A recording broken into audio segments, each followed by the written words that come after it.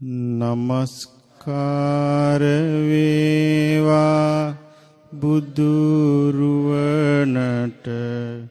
සමදා බුදු හිමි සරණ යමි. නමස්කාර වේවා ධම්රුවනට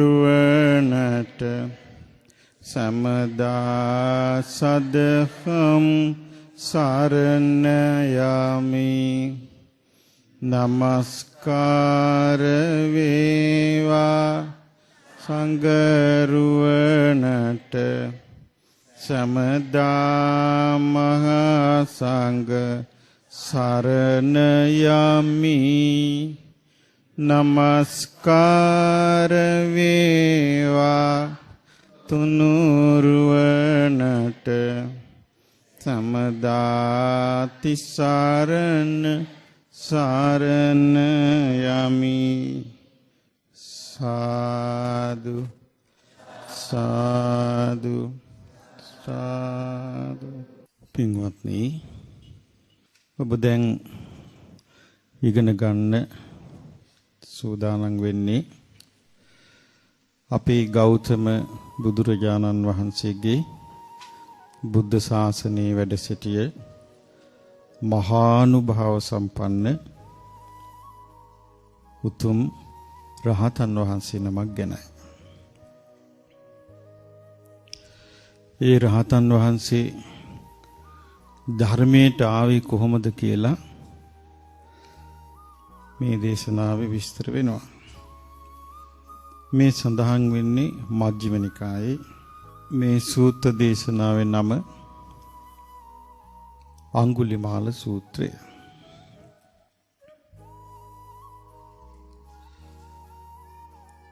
ඉස්සර සංසාරේ අබුද්ධෝත්පාද කාලික, ඒ කියන්නේ බුදු කෙනෙක් පහළ නොවී තියේදී පසේ බුදුරුන්ගේ යුගයක් ආවා. දඹදිව. ඒ පසේ බුදු රජාණන් වහන්සේ නමක් ඉන්න කුටියක එක ආසන්නේ එක ගොවියෙක් හිටියා. ඒ කාලේ අධික සීතලක් ඇවිල්ලා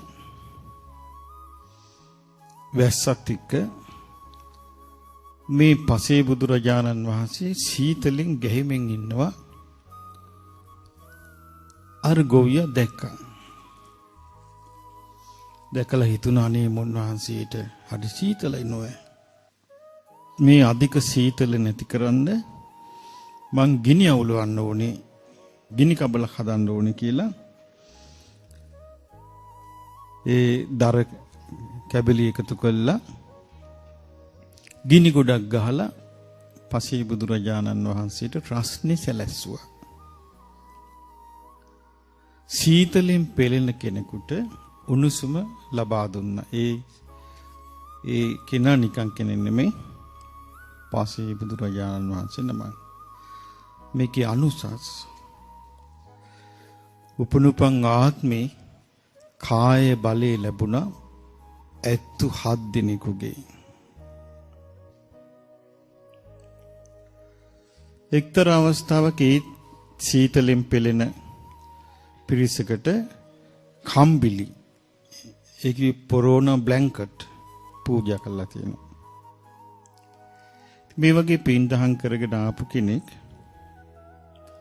කොසල් රජුරුවන්ගේ පුරෝහිත බ්‍රාහ්මණයාගේ බිරිඳ මන්තානි කියන බැමිණියගේ කුසේ පිළිසිඳ ගත්තා. පිළිසිඳගෙන ඒ කොසල් රජුරුවන්ගේ පුරෝහිත බ්‍රාහ්මණයාගේ නම භාර්ගව. ඒ භාර්ගවගේ බිරිඳ මන්තානි. මේ දරුවා පිළිසිඳගෙන ඒ බිහි වුණ රාත්‍රියේ කොසල් රජුරන්ට ඇහැරෙද්දී තමන්ගේ ළඟ තියෙන මගුල් කඩුව දිලිසනවා. මේ මොකද කියලා බලද්දී වටේ තියෙන ආයුධත් ඔක්කොම දිලිසනවා. මේ දිලිසීම එකපාරට වෙනකොට මේක හරි අස්වාභාවිකයි.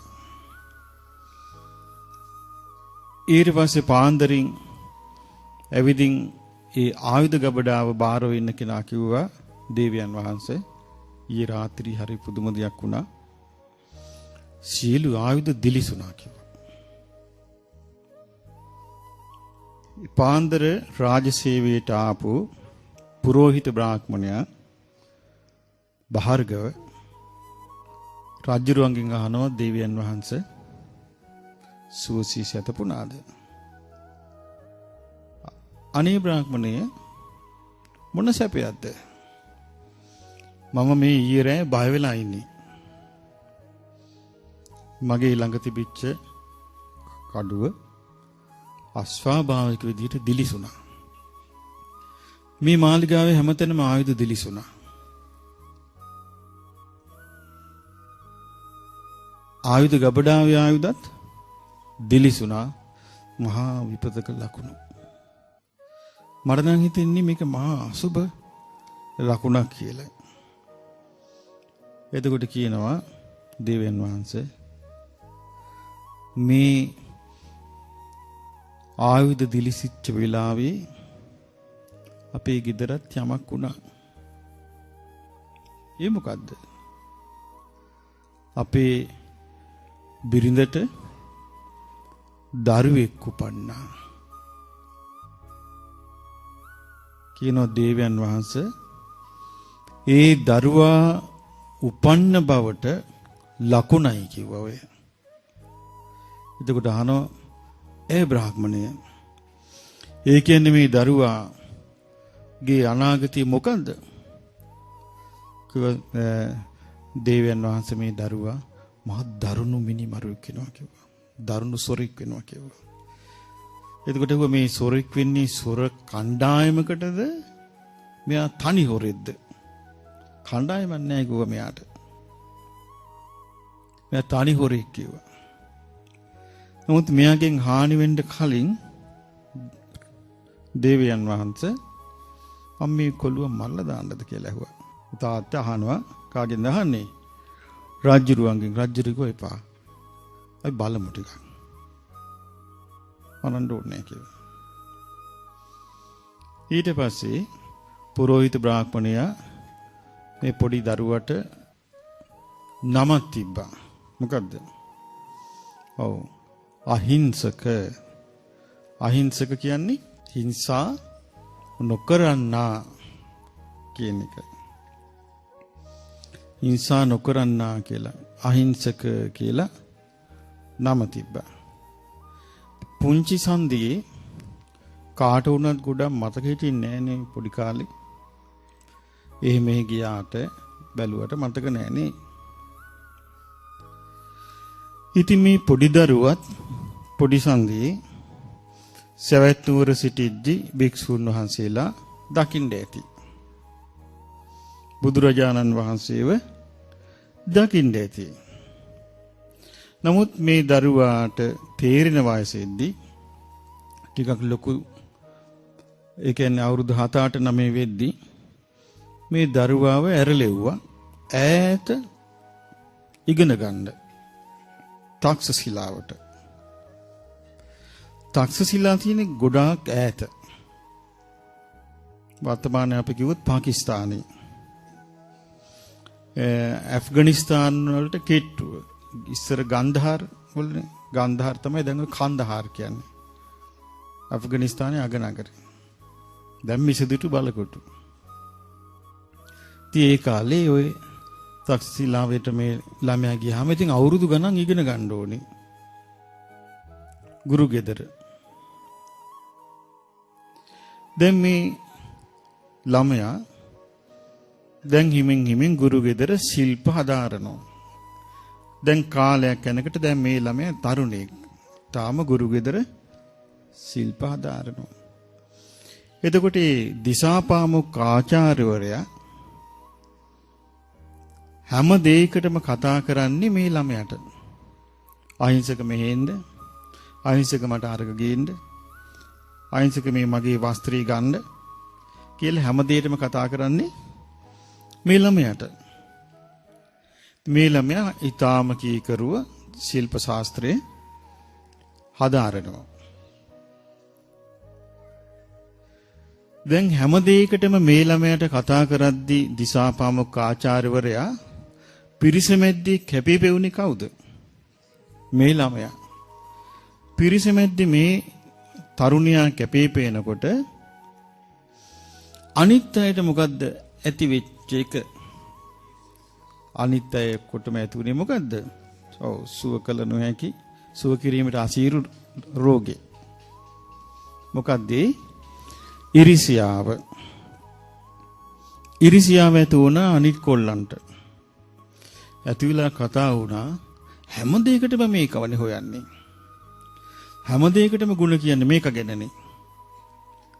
දෙඤ්ඤම්මෝට කියලා. ඊට පස්සේ කතා වෙලා හිතුවා අප හොඳම වැඩේ තමයි දැන් අහිංසක මේක ගේන්න අහිංසක මේක ගේන්න අහිංසක අරක ගෙනියන්න අහිංසක මෙහෙන්න අහිංසකගෙන් අහන්න කියද්දි මොකද වුනේ? ඒ ගුරු ගෙදර සියල්ලන්ගේම ආදරයට ලක් වෙලා හිටියේ කවුද? අහිංසක. ඒ නිසා මේගොල්ලෝ කතන්දර හදලා මේ නොගැලපෙන තරුණයන්ට නොගැලපෙන කතා හදලා අර දිසාපාමොක් ආචාර්යන්ගේ කණේ තිබ්බා. ආචාර්යන් වහන්සේ ඔය අහිංසක හිතන જાති අහිංසකෙක් නෙවෙයි. ආචාර්යන් වහන්සේගේ තරුණ බිරින්දෑට තට්ටු කරයි කිව්වා. මොකද ඒ කාලේ මේ බ්‍රාහ්මණ ආගමේ ඒ උගන්වන විදියට බ්‍රාහ්මණ වංශිකයෙක් විවාහ වෙන්නේ අවුරුදු 40 දී. විවාහ වෙන අවුරුදු 16ක දැරිවියක්. එතකොට බිරිඳ තරුණයිනේ. එතකොට කවුරු හරි කතන්දරයක් කිව්වොත් මොකද වෙන්නේ? බොහොම සුළු උත්සාහයකින් සැකයක් ඇතිකරන්න පුළුවන්. ඉතින් මේ වැදගත් කොළුවට මේ අභූත චෝදනාවලින් කතන්දරේ හැදුවා යාළුවෝ ටික. හදලා කණ්ඩායම් දෙක තුනකට බෙදිලා එකම බොරුව නැවත නැවත කියද්දි මොකද වෙන්නේ? එකම බොරුවක් නැවත නැවත කියද්දි එතකොට සැකයක් හට ගන්නවා මේක හැබෑවක්ද කියලා. දැන් ඉන්දියාවේ උනේ ඉන්දියාවේ අපි දන්නවා බුදුරජාණන් වහන්සේගේ ධර්මය අපි ඉගෙන ගන්න නිසා මේ දෙවි මිනිසුන්ගේ ලෝකයට හිතසුව පිණිස දේශනා කරපු ධර්මයක්. නමුත් ඉන්දියාවේ ඒ බුදුදහමට විරුද්ධව අරගල කරපු බ්‍රාහමණයෝ පොත්පත් ලියුවා බුදුරජාණන් වහන්සේ පහළ වුණේ බ්‍රාහ්මණයන්ව නැති කරන්නයි. බ්‍රාහ්මණ ධර්මයට විරුද්ධවයි. වේද විරෝධියෙක්. ඒතර කාලයක් තිස්සේ ඒක කියාගෙන ගියාම Hindu ධර්මයේ නැති කරන එකක් මේ බුද්ධ ආගම කියලා කාලයක් ගියාම මොකක් කළත් ඒගොල්ලන්ට පේන්නේ ඒක Hindu ආගමට විරුද්ධයි කියලා. ඒක අදත් ඒ විදියමයි. පොඩ්ඩක්වත් වෙනස් නැහැ. අදත් ඉන්දියාවේ සමාජය ඇතුළට ගියපු කෙනෙක් දන්නවා. පිටින් බැලුවට හොයන්න වන්දනාව ගිහිල්ලා හොයන්න බෑ. අදත් අපි දන්නවා මේ දවසක් මම ඉස්සරහම මේ බ්‍රාහ්මණ හාමුදුරු කෙනෙකුට ඒ හාමුදුරු මගේ ශිෂ්‍ය නමක් ඒ හාමුදුරන් ඉස්සර අනිත් බ්‍රාහ්මණයෝ ඇවිල්ලා හොඳටම දොස් කිව්වා දැන් තමුසිලත් මහාන වෙලා මේ Hindu ආගම විනාශ කරන්න දෙන්නේ කියලා. ඒ වගේ තියා බිම්බලාගෙන අහගෙන හිටියා මොකද කරන්න බෑ බල සම්පන්නයි මිනිස්සු. ඒ නිසා අදත් ඒ කියන්නේ බොරුවක් නැවත නැවත කියද්දි එතකොට මොකද වෙන්නේ? ඒ ඇහෙන්නේ බොරු හැටියට නෙමෙයි ඇත්තක් වගේ. එහෙම තමයි මේ ලෝකේ ගොඩාක් කාලයක් යද්දි බොරු දෙකක් සමාජගත වෙන්නේ. ඉතින් මේ වගේ මේ අභූත චෝදනාව මේ තරුණයාට ඉදිරිපත් කරපු කාලයක් යද්දි ගුරුවරයාට හිතුණා මේක නම් හැබෑවක් වෙන්න ඇති කියලා. මීට කලින් ඒ බිරිඳ ආදරයෙන් සලකද්දි කාටවත් වෙනසක් තේරුණේ නැහැ. ඉතින් මේ නිසා අන්තිමට ගුරුවරයාගේ හිතට ආවා මේක සවැත් නුවර ගිහිල්ලා අන්තිමට මගේ බිරිඳවත් ආරන් යාවි. ඊට කලින් මම මේකව නැති කරන්න ඕනේ කියලා හිතුවා. නමුත් මේ තරුණයා ගුරු භක්තියෙන් යුක්තයි. ගුරු ගෞරවයෙන් යුක්තයි. ගුරුවරයා වෙනුවෙන් ජීවිතේ පූජා කරන්නත් ලෑස්ති. එතකොට දැන් ශිල්ප ශාස්ත්‍ර හදාරලා අවසන් වෙලා ආපහු ගමට යන්න ලෑස්ති වෙලා මේ තරුණයා දිසාපාමොක් ආචාර්යින් ළඟට ගිහිල්ලා වන්දනා කරලා කිව්වා ආචාර්ය පාදයන් වහන්සේ මම දැන් පිටත් වෙන්න යන්නේ. එතකොට කිව්වා ගුරුවරයා කිව්වා බොහොම හොඳයි. හැබැයි එහෙම ලේසියෙන් යන්න බෑ කිව්වා. මං ඉල්ලන ගුරු පඬුර මට පූජා කරලා යන්න. එතකොට තමයි ওই ශිල්පේ ඵල දෙන්නේ. ඉතින් කොහේ එහෙමයි ආචාර්ය පාදේනි.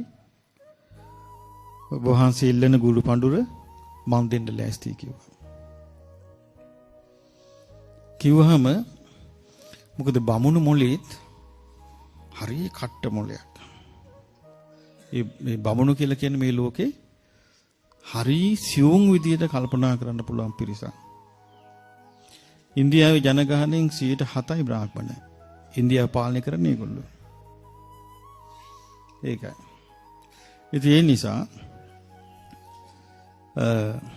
කිව්වා එහෙම බෑ.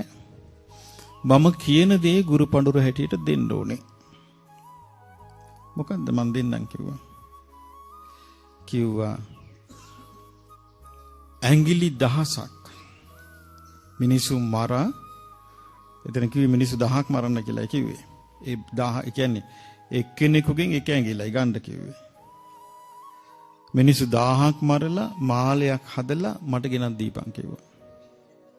ඉතින් මේක ශිල්ප ශාස්ත්‍ර ඉගෙනු ගුරුවරයෙකුගෙන් ශිෂ්‍යෙක් කිසිසේත්ම සිහිනකින්වත් සිතූ පැතු දෙයක් නෙමෙයි.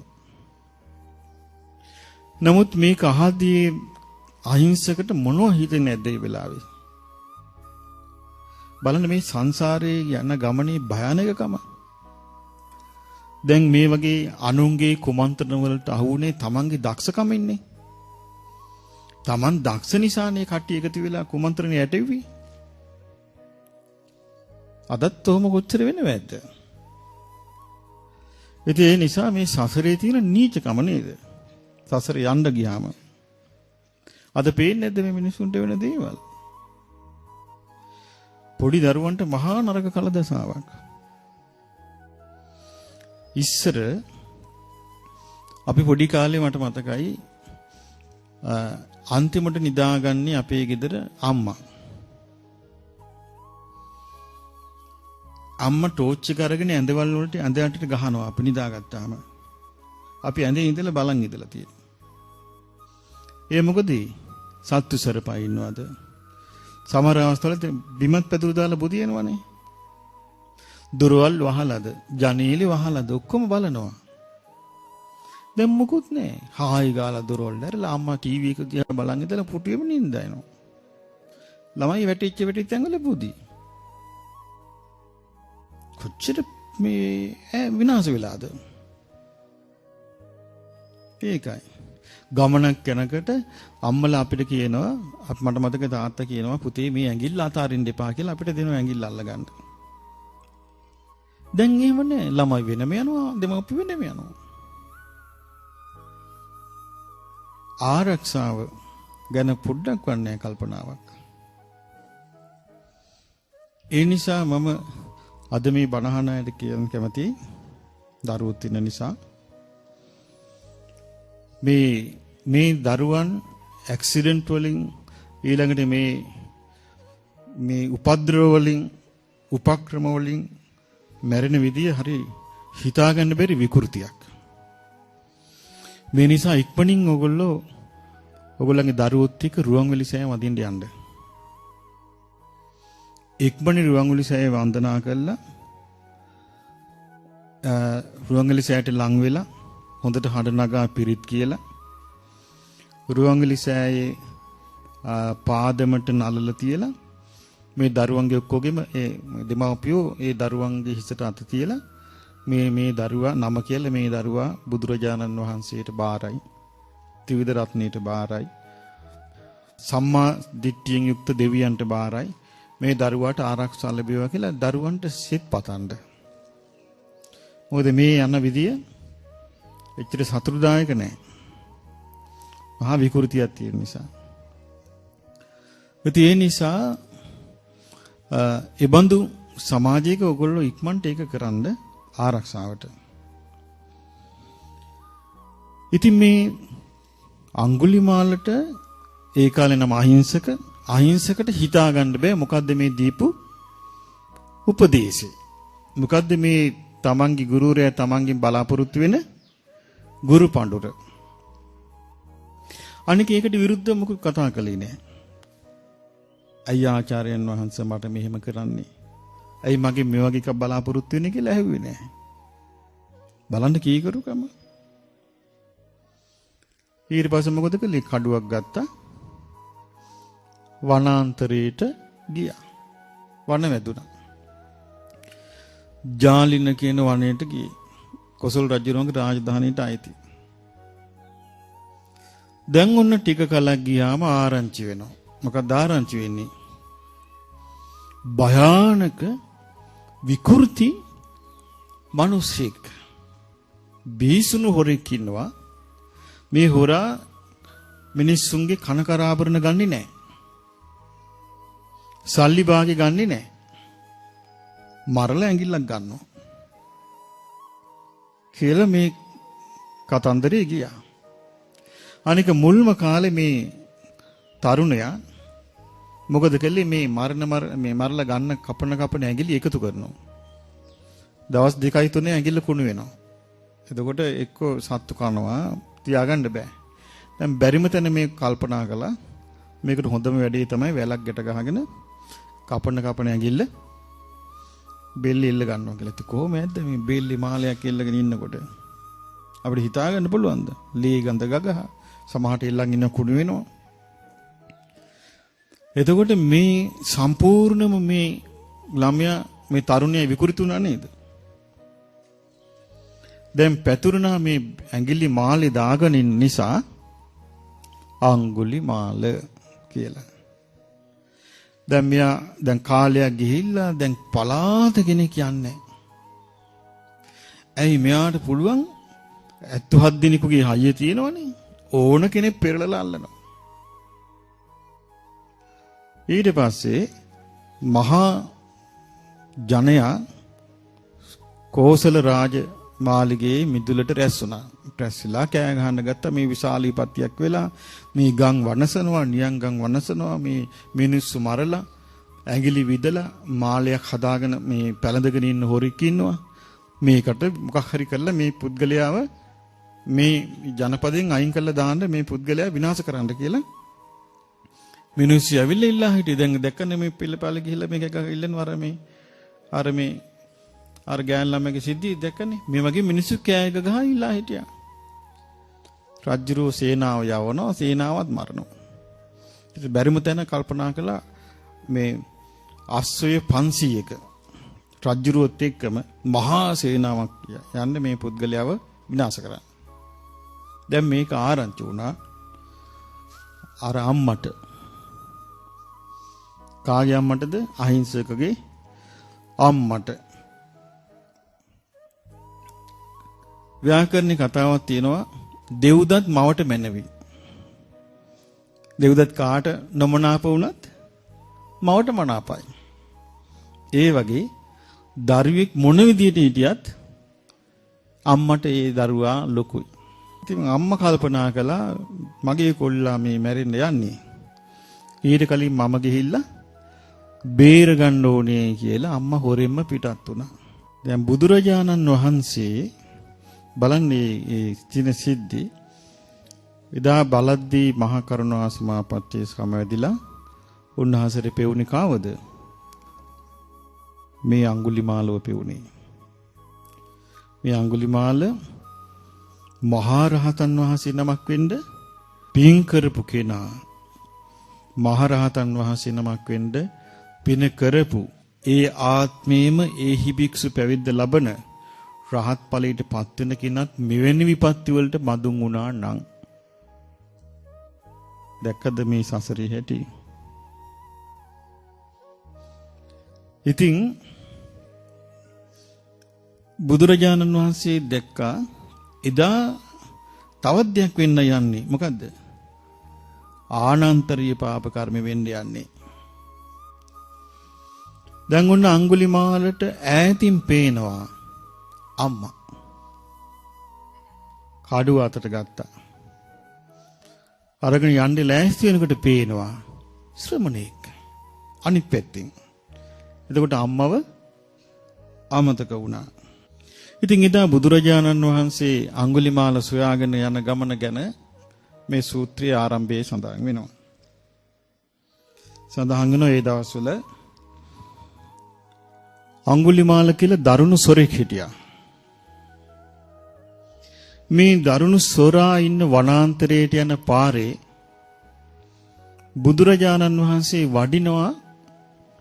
දැක්ක මේ ගවපල්ලෝ පසුපාලකයෝ ගොවියෝ පාර යන දැකලා කියනවා අනේ ශ්‍රමණයන් වහන්සේ මේ පාරේ යන්න එපා. මේ පාරේ නම් ඈතට යන්න එපා. ශ්‍රමණයන් වහන්සේ මේ පාරේ අඟුලිමාල කියලා මහ භයානක සොරෙක් ඉන්නවා. මේ සොරා ලේ වැකුණු අත්‍යතු ඉන්නේ. මේ මිනිස්සු මරනවා අදයාපන්නෝ පාන භූතේසු. මේ සත්වයන් කෙරේ කිසිම දයාවක් අනුකම්පාවක් නැහැ.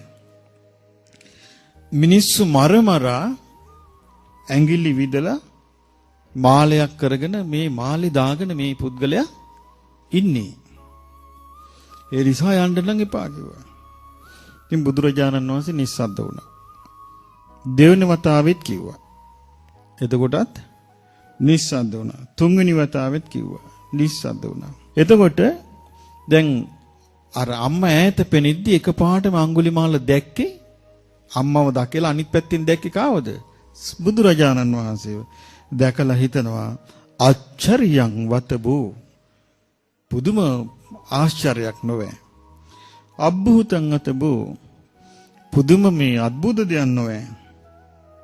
මේ මාර්ගයට මිනිස්සු 10ක් ආවත් රංචු ගහිලා 20ක් ආවත් රංචු ගහිලා 30ක් ආවත් රංචු ගහිලා 40ක් ආවත් රංචු ගහිලා 50ක් ආවත් රංචු ගහිලා ඒ කවුරුවත් මගේ අතින් ගැලවෙන්නේ නෑ. එහෙම එකේ මේ ශ්‍රමණේක් තනියම දෙවෙන්නෙක් නැතුව මේ මොකද මේ මෙහෙම එන්නේ කියලා කල්පනා කළා. හරි දැන් මගේ මාළේ ඇඟිලි 999ක් තියෙන එක ඇඟිලි අඩු මම මේ ශ්‍රමණය මරලා ඇඟිල්ල ගන්න ඕනේ කියලා හිතුවා. දැන් අර පොඩි කාලේ දැකලා තියෙනවා. දැන් මේ අහිංසක කාලේ ගෙදර හිටපු කාලේ ළමයා කාලේ දැකලා තියෙනවා සංඝයා පිණිසිගා වඩිනවා. බුදුරජාන් වහන්සේගෙන් අහලා තියෙනවා. නමුත් දැන් මේ විච්ච විපත්තියත් එක්ක ඒවා මුකුත් මතක නැහැ. දැන් බුදුරජාන් වහන්සේ කියලා නෙමෙයි දැක්කේ. දැක්කේ මේ ශ්‍රමණයන් වහන්සේ. මේ ශ්‍රමණයා. ඊට පස්සේ අඟුලිමාල මොකද කළේ? කඩුවක් තමෝරාගෙන වේගෙන් පන්නනවා. කවුරු පස්සේද? බුදුරජාණන් වහන්සේ පස්සේ වේගෙන් පන්නනවා. පන්නනකොට දැන් බුදුරජාණන් වහන්සේ මේ 이르දියක් පාලා තියෙන්නේ. එයා දන්නේ 이르දියක් කියලා. මොකක්ද 이르දිය? දැන් මේ ප්‍රාතිහාරයක් පාලා. මොකද්ද ප්‍රාතිහාරය? උන්වහන්සේ සංසුන් ගමනින් වඩිනවා. අර කොච්චර වේගෙන් දිව්වත් ළඟ වෙන්න බෑ. එතන අඟුලිමාල දුවලා හොඳටම හති. දැන් මේ හොඳටම මේ හැති වැටිලා අඟුලිමාල හිතනවා මහා පුදුමයක් නොවේ. මහා පුදුමයක් නොවේ. අద్භූතයි නොවේ. ඉස්සර මම මෙහෙමද? මං වේගෙන් දුවන ඇත් රජාවත් ගිහිල්ලා අල්ලනවා. වේගෙන් දුවන අස්පයා පන්නලත් අල්ල ගන්නවා. වේගෙන් දුවන මුවා පන්නලත් අල්ල ගන්නවා. වේගෙන් යන රතේ පන්නලත් අල්ල ගන්නවා. දැන් මේ ප්‍රകൃති ගමනින් වඩින ප්‍රകൃති ගමනින් ගමන් කරන මේ ශ්‍රමණයන් ළඟට මම මුළු ශරීර සත්‍යයෙන්ම වීරියෙන්ම යද්දිත් අල්ල ගන්න බෑනේ කියලා හොඳටම හති වැටිලා දුවන එක නැවැත්තුවා. නවත්තලා කියනවා තිට්ඨ ශ්‍රමණය හිටපන්. තිට්ඨ සමනාති ශ්‍රමණේ හිටපන් කිව්වා. එතකොට බුදුරජාණන් වහන්සේ යන ගමන් වඩින ගමන් කියනවා ඨිතෝ අහං අඟුලිමාල තොංච තිට්ඨාති. එතකොට කියනවා අඟුලිමාල මම නැවතිලා ඉන්නේ. නුඹත් නැවතියන්. එතකොට අඟුලිමාල දැන් හිටගෙන ඉන්නේ. එතකොට බුදුරජාණන් වහන්සේ වදාලා අඟුලිමාල මම නැවතිලා ඉන්නේ. නුඹත් නැවතියන්. එතකොට අඟුලිමාල කල්පනා කරනවා මේ සාක්‍ය පුත් අන්න මතක් වෙන්න ගත්තා පුංචි කාලේ. මොකද මතක් වුනේ මං අහලා තියෙනවා මේ සාක්‍ය පුත්‍ර ශ්‍රමණවරු බොරු කියන්නේ කියලා. ඒ පුංචි කාලේ ගෙදර ආපු ඔන්න ඔළුවට එනවා. සාක්‍ය පුත්‍ර ශ්‍රමණවරු බොරු කියන්නේ කියලා මං අහලා තියෙනවා. සත්‍යවාදී කියලා මං අහලා තියෙනවා. සත්‍ය ප්‍රතිඥා දෙනවා කියලා මං අහලා තියෙනවා. නමුත් දැන් හරි පුදුම දෙයක් නෝයි. ඒ මේ ශ්‍රමණයන් වහන්සේ යන ගමන් කියනවා මං නැවතිලා ඉන්නේ. මං නැවතිලා ඉඳිද්දි මට කියනවා නැවතියන්. එතකොට මේ අඟුලිමාල අහනවා හයියෙන් අහනවා කෑ ගහලා ගාතාවකින් අහනවා ගච්ඡං වදේසි සමන ඨිතෝමහි යන ගමන් නේද ශ්‍රමණය මන් නැවතිලා කියලා කියන්නේ. මමංච බ්‍රෝහි ඨිතං අට්ඨිතෝතේ මම හිටගෙන ඉඳෙද්දි නේද මම නැවතිලා ඉඳෙද්දි නේද මට නැවතිලා නැහැ කියන්නේ. කියන ශ්‍රමණය මට මේකේ අර්ථය තේරෙන්නේ. ඒ නිසා මට කියන්න ඔබ කොහොමද යන ගමන් නැවතිලා ඉන්නේ? මං කොහොමද නැවතුන ගමන් නොනැවතී ඉන්නේ? මට මේක කියන්න කිව්වා. එතකොට කියනවා බුදුරජාණන් වහන්සේ ඨිතෝ අහං අඟුලිමාල සබ්බදා සබ්බේසු භූතේසු නිදාය දණ්ඩං. අඟුලිමාල මම සියලු සත්වයන් කෙරෙහි දඬු මුගුරු අත්හැරලා හිංසා අත්හැරලා නැවතිලා ඉන්නේ හැමදේම. තුවංච පාණේසු අසඤ්ඤතෝ නමුත් නුඹ සත්වයන් කෙරෙහි කිසි කරුණාවක් නැහැ. ඒ නිසා මම නැවතිලා ඉන්නව නුඹ නැවතිලා නැහැ කිව්වා. බලන්න මේ බුදුරජාණන් වහන්සේ වදාළ වචන දෙක තුන මේ තරුණයාට පට ගාලා තේරුණා. වැටහුණා. අවබෝධ වුණා. එතකොට මතක් වුණා මේ ශ්‍රමණයා නිකං කෙනෙක් නෙවෙයි මේ ශ්‍රමණ ගෞතමයන් වහන්සේ. අන්න ඔළුවට ආවා. අර පොඩි කාලේ දැකපු මතකේ අලුත් වුණා. මතකේ අලුත් වුණා. ඒ වගේම අර අහපු කාරණෙන් මොකද්ද බුදුරජාන් වහන්සේ වදාළේ? මම සියලු සත්වයන් කෙරෙහි දාඩමුගුරු අතහැරලා අනුකම්පාවෙන් වාසය කරන්නේ. මම නැවතිලා ඉන්නේ. ඔබ මේ සත්වයන් කෙරෙහි කිසි දයානුකම්පාවක් නැහැ. මම නැවතිලා ඉන්නේ. ඒ නිසා ඔබ නැවතිලා නැහැ. ඔබ දුවනවා කියලා කිව්වා. එතකොට මෙයා කියනවා චිරස්සං වත මේ මහිතෝ මහීසි මහවණං සමනෝයං පච්චුපාදී කියනවා දෙව් මිනිසුන්ගෙන් වැඳුම් ලබන මහර්ෂියෝ මහා මුනියෝ ශ්‍රමණ ගෞතමයන් වහන්සේ බොහෝ කාලයකට පස්සේ මේ වනාන්තරයට වැඩියේ මන් නිසාමයි. දබලන මෙයාගේ හිත වෙනස් වෙච්ච තාලේ මන් නිසාමයි.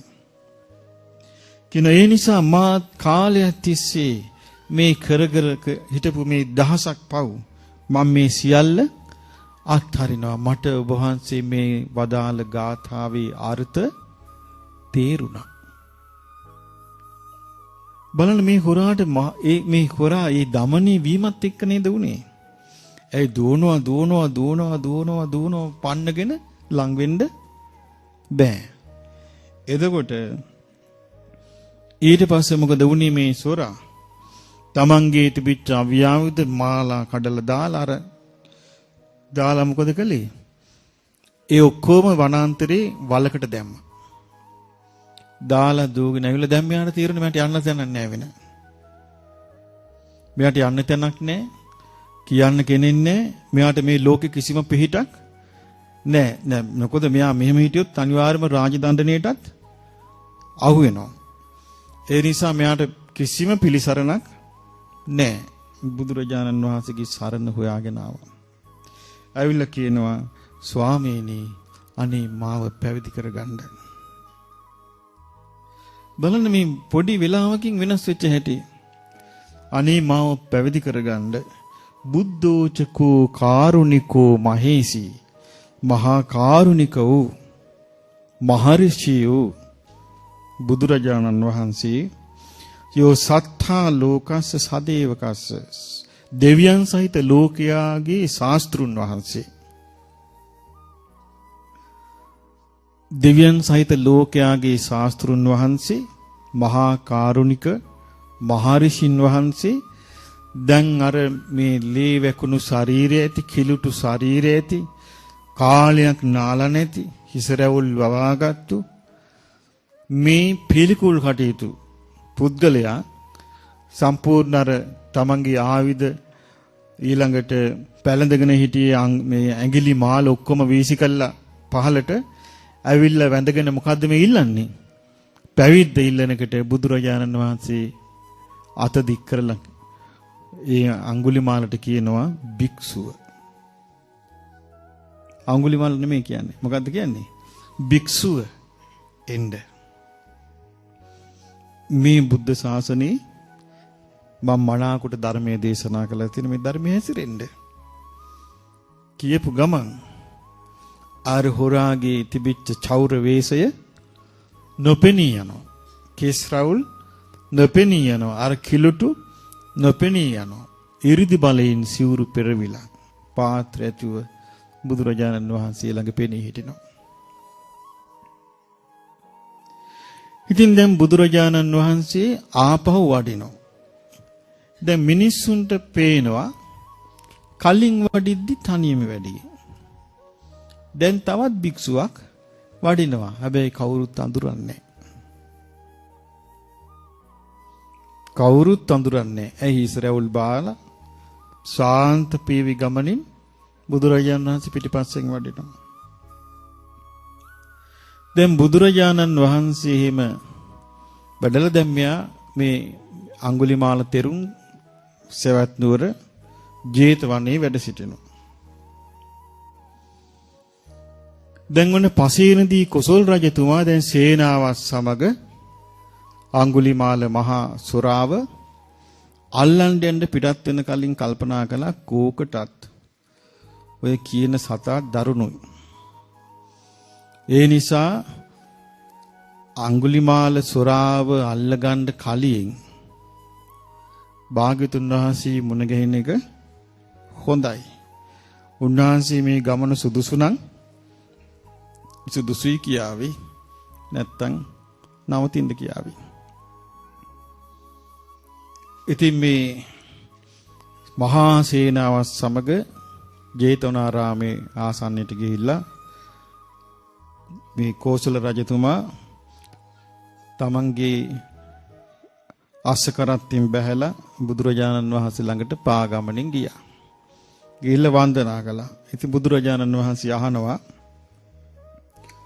මහරජාණෙනි මොකද මේ මහා සේනාවක් සූදානම් කරගෙන මගධේශ්වර සේනී බිම්බිසාර කිපුණද?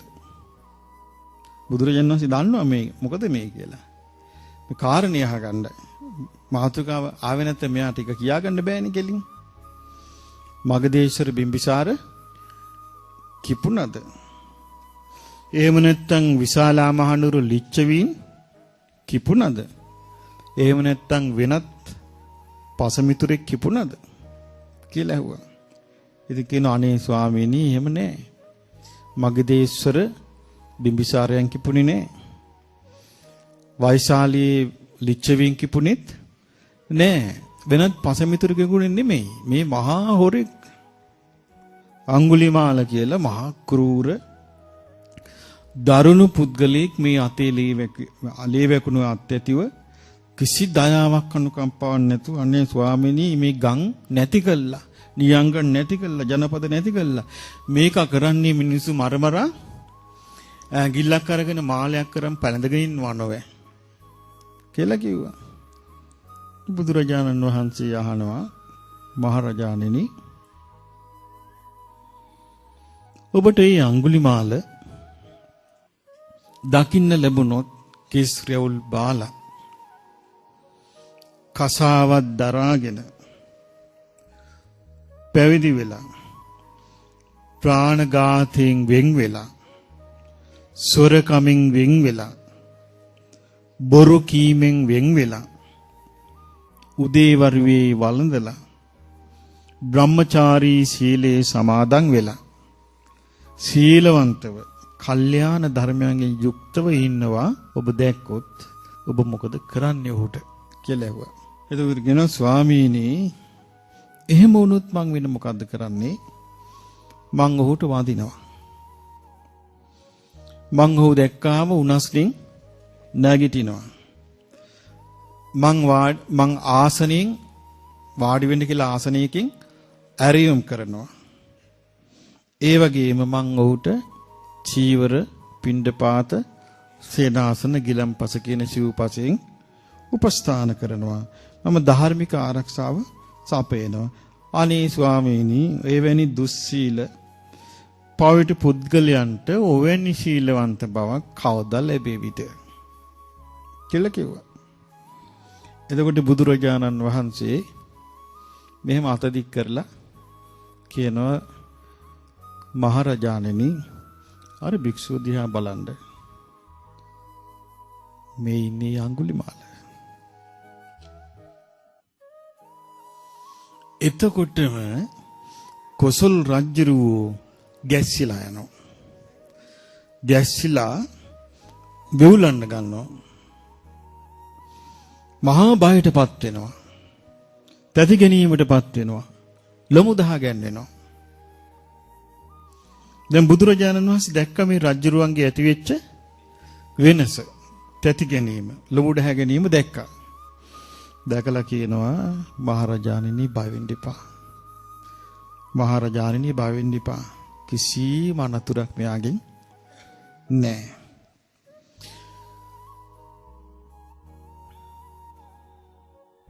එතකොට රජුරෝ සාමාන්‍ය තත්ත්වයට පත් වුණා.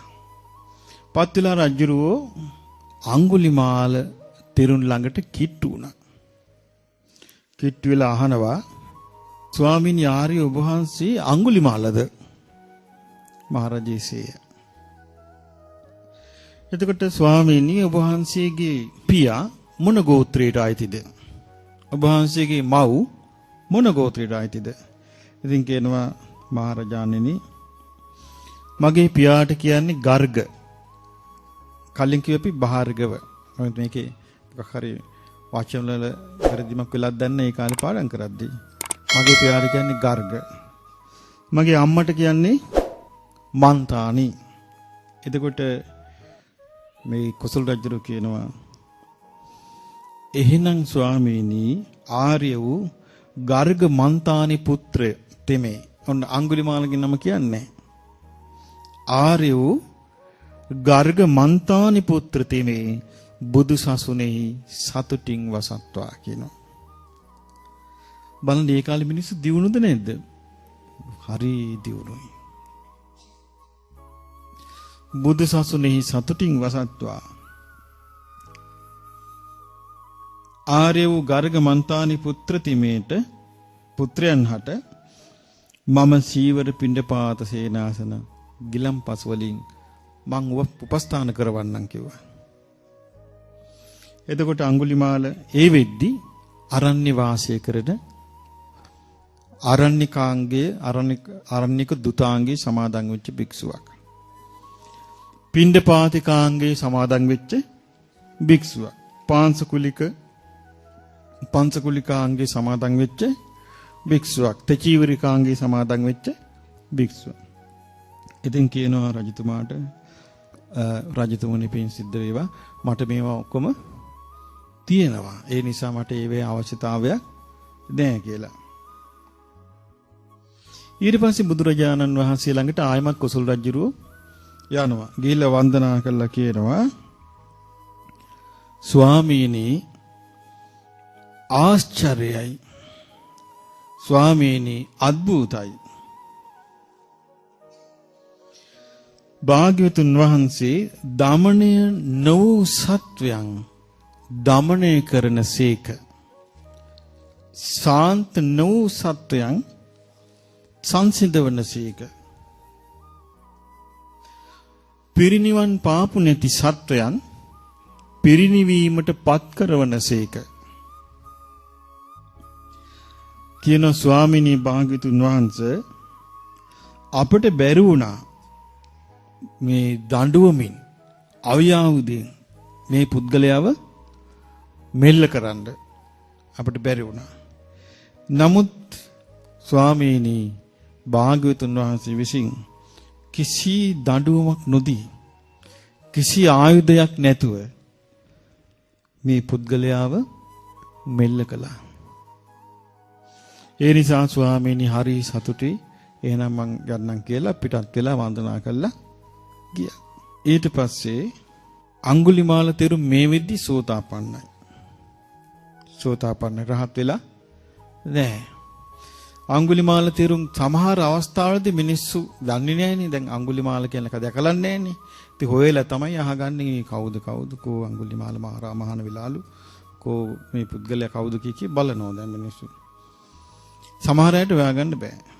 ඉතින් දවසක් අඟුලිමාල තෙරුන් වහන්සේ පෙරවරුවේ සිවුරු පුරවාගෙන සවැත් නුවර පිඬුසිඟා වඩිද්දී දැක්කා ගේක ස්ත්‍රියක් විලාප දෙනවා. වේදනාවෙන් විලාප දෙනවා. ඉතින් අඟුලිමාල තෙරුන් නැවතුණා. නැවතිලා ඒ ගෙදර මිනිස්සුගෙන් ඇහුවා මිනිස්සු වට වෙලා කලබල වෙලා ඉන්නවා. ඇයි මේ මක් වෙලාද? ඉතින් කිව්වා අනේ ස්වාමීනි මේ අම්මා මේ ළමයා බිහි කරගන්න බැරුව දරුවා හිර වෙලා මේ වැළපෙනවා කිව්වා වේදනාවට. එතකොට මේ අඟුලිමාල තෙරුන්ට හිතුණා කිලිස්සන්තිවත බොහෝ සත්තා අහෝ සත්වයෝ කිලුටු වී යති. කිලිස්සන්තිවත බොහෝ සත්තා අහෝ සත්වයෝ කිලුටු වී යති. බුදුරජාණන් වහන්සේ ළඟට පිණ්ඩපාත කරගෙන ගිහිල්ලා වළඳලා ඉවරලා බුදුරජාණන් වහන්සේ ළඟට ගිහිල්ලා කිව්වා ස්වාමීනි මං අද හරි මගේ හිත කම්පා වෙලා ගියා. මම දැක්කා අම්මා කෙනෙක් දරුවෙක් වදා ගන්න බැරුව දරුවෙක් වදා ගන්න බැරි අම්මා විලාප දෙනවා වේදනාව උහුල ගන්න බැරුව මට හිතුණා අයියෝ මේ සත්වයෝ කිලුටු වෙලා යනවා. මේ සත්වයෝ කිලුටු වෙලා යනවා.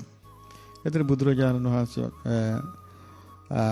අඟුලිමාලට දේශනා කරන එහෙනම් අඟුලිමාල ඔබ යන්න ආපහු. කොහෙද යන්න කිව්වේ? ඒ ස්ත්‍රී වේදනාවෙන් කෑ ගහන ස්ත්‍රිය ළඟට ඔබ යන්න. ඔබ ගිහිල්ලා මෙහෙම කියන්න. යතෝහම් භගිනි ජාතු නාභිජානාමි සංචිච්ඡපානං ජීවිතවෝරපේතා. කියන්නේ සහෝදරී මං යම් දවසක උපන්නාද එදා ඉඳලා මම නම් දැන සතෙක් මැරුවේ නෑ. වේ සත්‍යෙන් ඔබ සුවපත් වේවා. ඔබේ දරු ගැබ සපවත් සුවපත් වේවා කියලා කියන්නේ. ඒතරගෙන අනේ ස්වාමීනි මං එහෙම කියන්නේ කොහොමද? එතකොට ඒක බොරුවක් වේවි. ස්වාමීනි මේ අත් දෙකෙන් බොහෝ අය නැති වෙලා තියෙනවා. එතකොට කියනවා එහෙනම් අඟුලිමාල ඔබේ ස්ත්‍රිය ළඟට ගිහින් මෙහෙම කියන්න. යතෝහම් බගිනි අරියාය ජාතියා ජාතෝ. යම් දවසක සොයුරි මං ආර්ය ජාතියෙහි උපන්නාද ආර්ය උත්පත්තියෙහි උපන්නාද. ආර්ය උත්පත්තිය කිව්වේ සෝවාන් වීම. ආර්ය උත්පත්තියේ උපන්නාද එදා ඉඳලා දැන සතෙක් මැරු වගක් මම දන්නේ නැහැ. මේක සත්‍යයි. මේ සත්‍යයෙන් ඔබ සුවපත් වේවා. දරු ගැබත් සුවපත් වේවා. ඉතින් අහා කියලා මේ සතුට වෙලා බුදුරජාන් වහන්සේට වන්දනා කළා. ඔන්න මේ අඟුලිමාල තෙරුන් ඉක්මනින් වැඩියා. කොහෙටද වැඩියේ? අර වැළපි ඉන්න අර දරුවා බිහි කරන්න දඟලන අම්මා ළඟට ගිහිල්ලා එසෙන්ඩක ඈත් මෑත් කළා ළඟට ගියා. ගිහිලා කියනවා යතෝහම් බගිනි අරියාය ජාතියා ජාතෝ. සොයුරි මං යම් දවසක ආර්ය උප්පත්තියෙහි උපන්නාද සංචිච්ඡපාන නාබිජානාමි සංචිච්ඡපාන ජීවිතං වෝරූපේත. මම දැන සතෙක් මැරූ බවක් මම දන්නේ. තේන සච්චේන ඒ සත්‍යානුභාවයෙන් සොත්තිතේ හෝතු. ඔබ සුවපත් වේවා.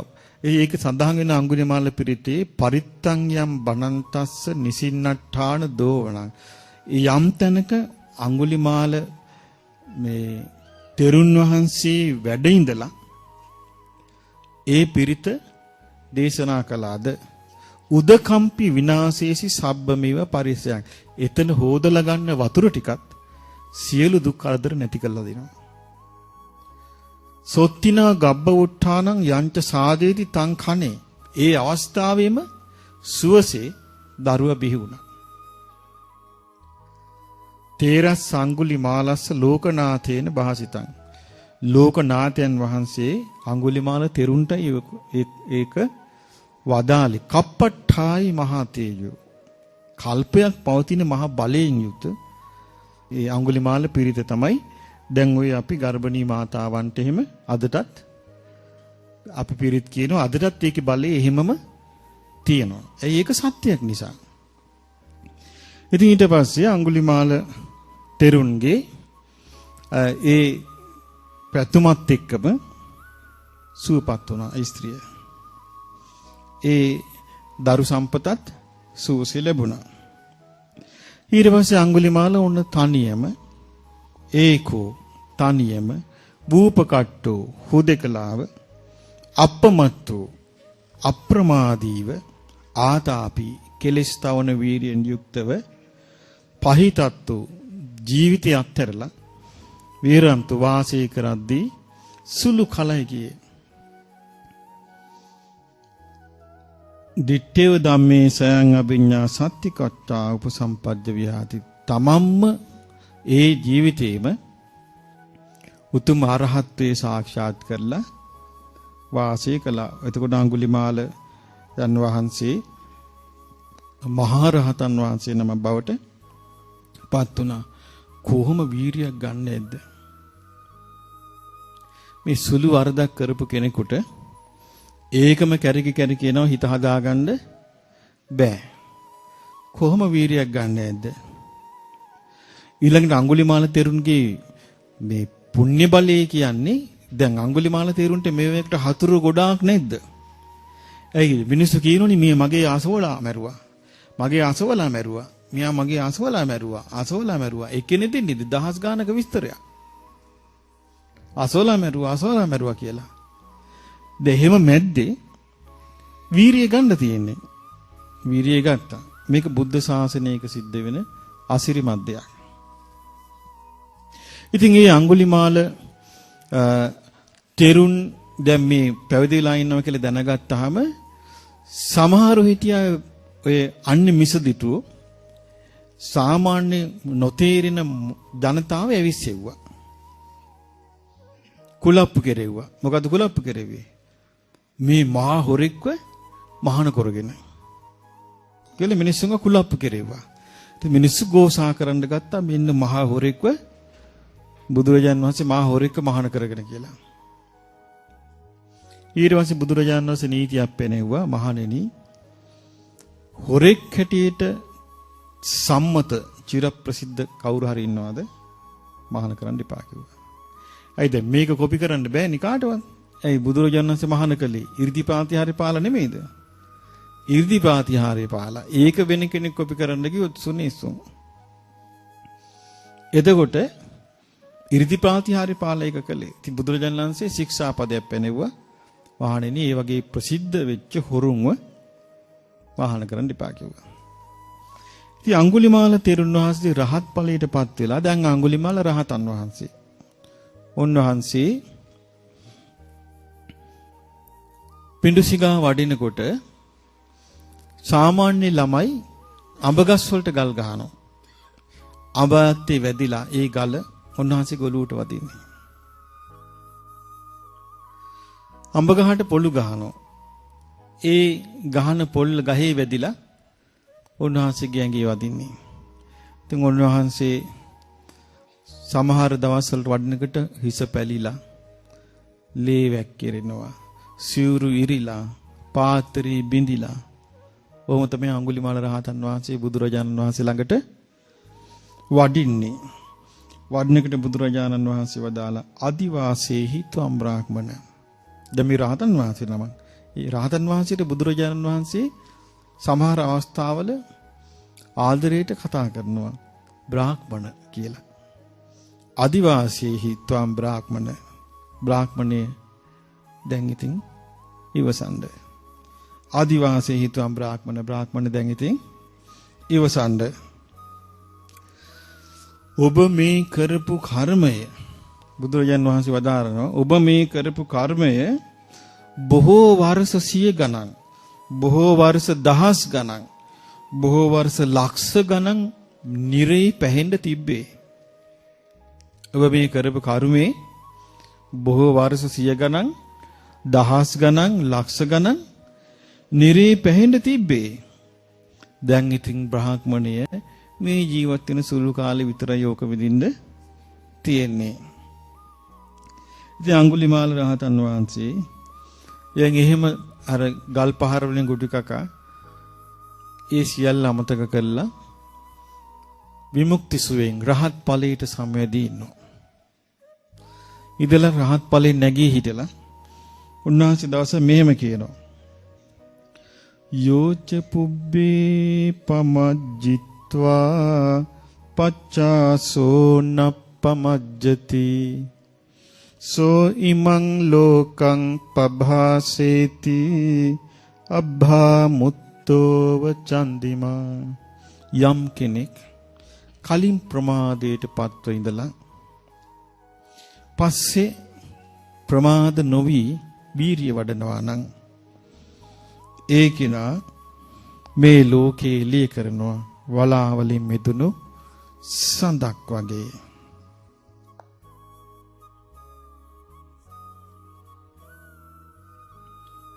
කවුරු හරි කලින් දහමේ හැසිරෙන්න ප්‍රමා වෙලා හිටියත් පස්සේ කාලේ අප්‍රමාදීව දහමේ හැසිරුණොත් ඒ කෙනා මේ ලෝකේ එළිය කරනවා වලාකුලින් මිදුණු පුන්සඳ වගේ. යස්ස පාපං කතං කම්මං කුසලේන පිඨියරි සෝ ඉමං ලෝකං පභාසේති අබ්භා මුත්තෝව චන්දිමා. කවුරු හරි කෙනෙක් තමන්ගෙන් සිද්ධ වෙච්ච පව් කුසල් බලයෙන් නැති කරලා දැම්මොත් ඒ කෙනා මේ ලෝකය ආලෝක කරනවා වලාකුලින් මිදුණු පුන් සඳක් වගේ. ඊළඟට අඟුලිමාල මේ විදිහට තාම තරුණ කෙනෙක්නේ. කියනවා යෝ හවේ දහරෝ භික්ඛු යුඤ්ජති බුද්ධ ශාසනේ සෝයිමං ලෝකං පභාසේති අබ්භා මුත්තෝව චන්දිමා කොයිතරම් මොනතරම් තරුණ භික්ෂු නමක් වුණත් සීලවත්ව සමාධිමත්ව ප්‍රඥාවෙන් යුක්තව ධර්මයේ හැසිරෙනවා නම් ඒ කෙනා මේ ලෝකේ එළිය කරනවා වලාකුලින් මිදුණු පුන් සඳක් වගේ. දැන් බලන්න මේ වලාකුලින් මිදුණු පුන් සඳක් වගේ වැඩ ඉන්න අඟුලිමාල මහරහතන් වහන්සේට සතුරු නැද්ද? ඒ දැන් ජයහෙන්න සතුරු ඉන්නවා. ඒ නිසා උන්වහන්සේ ගාථාවෙන් මෙහෙම කියනවා.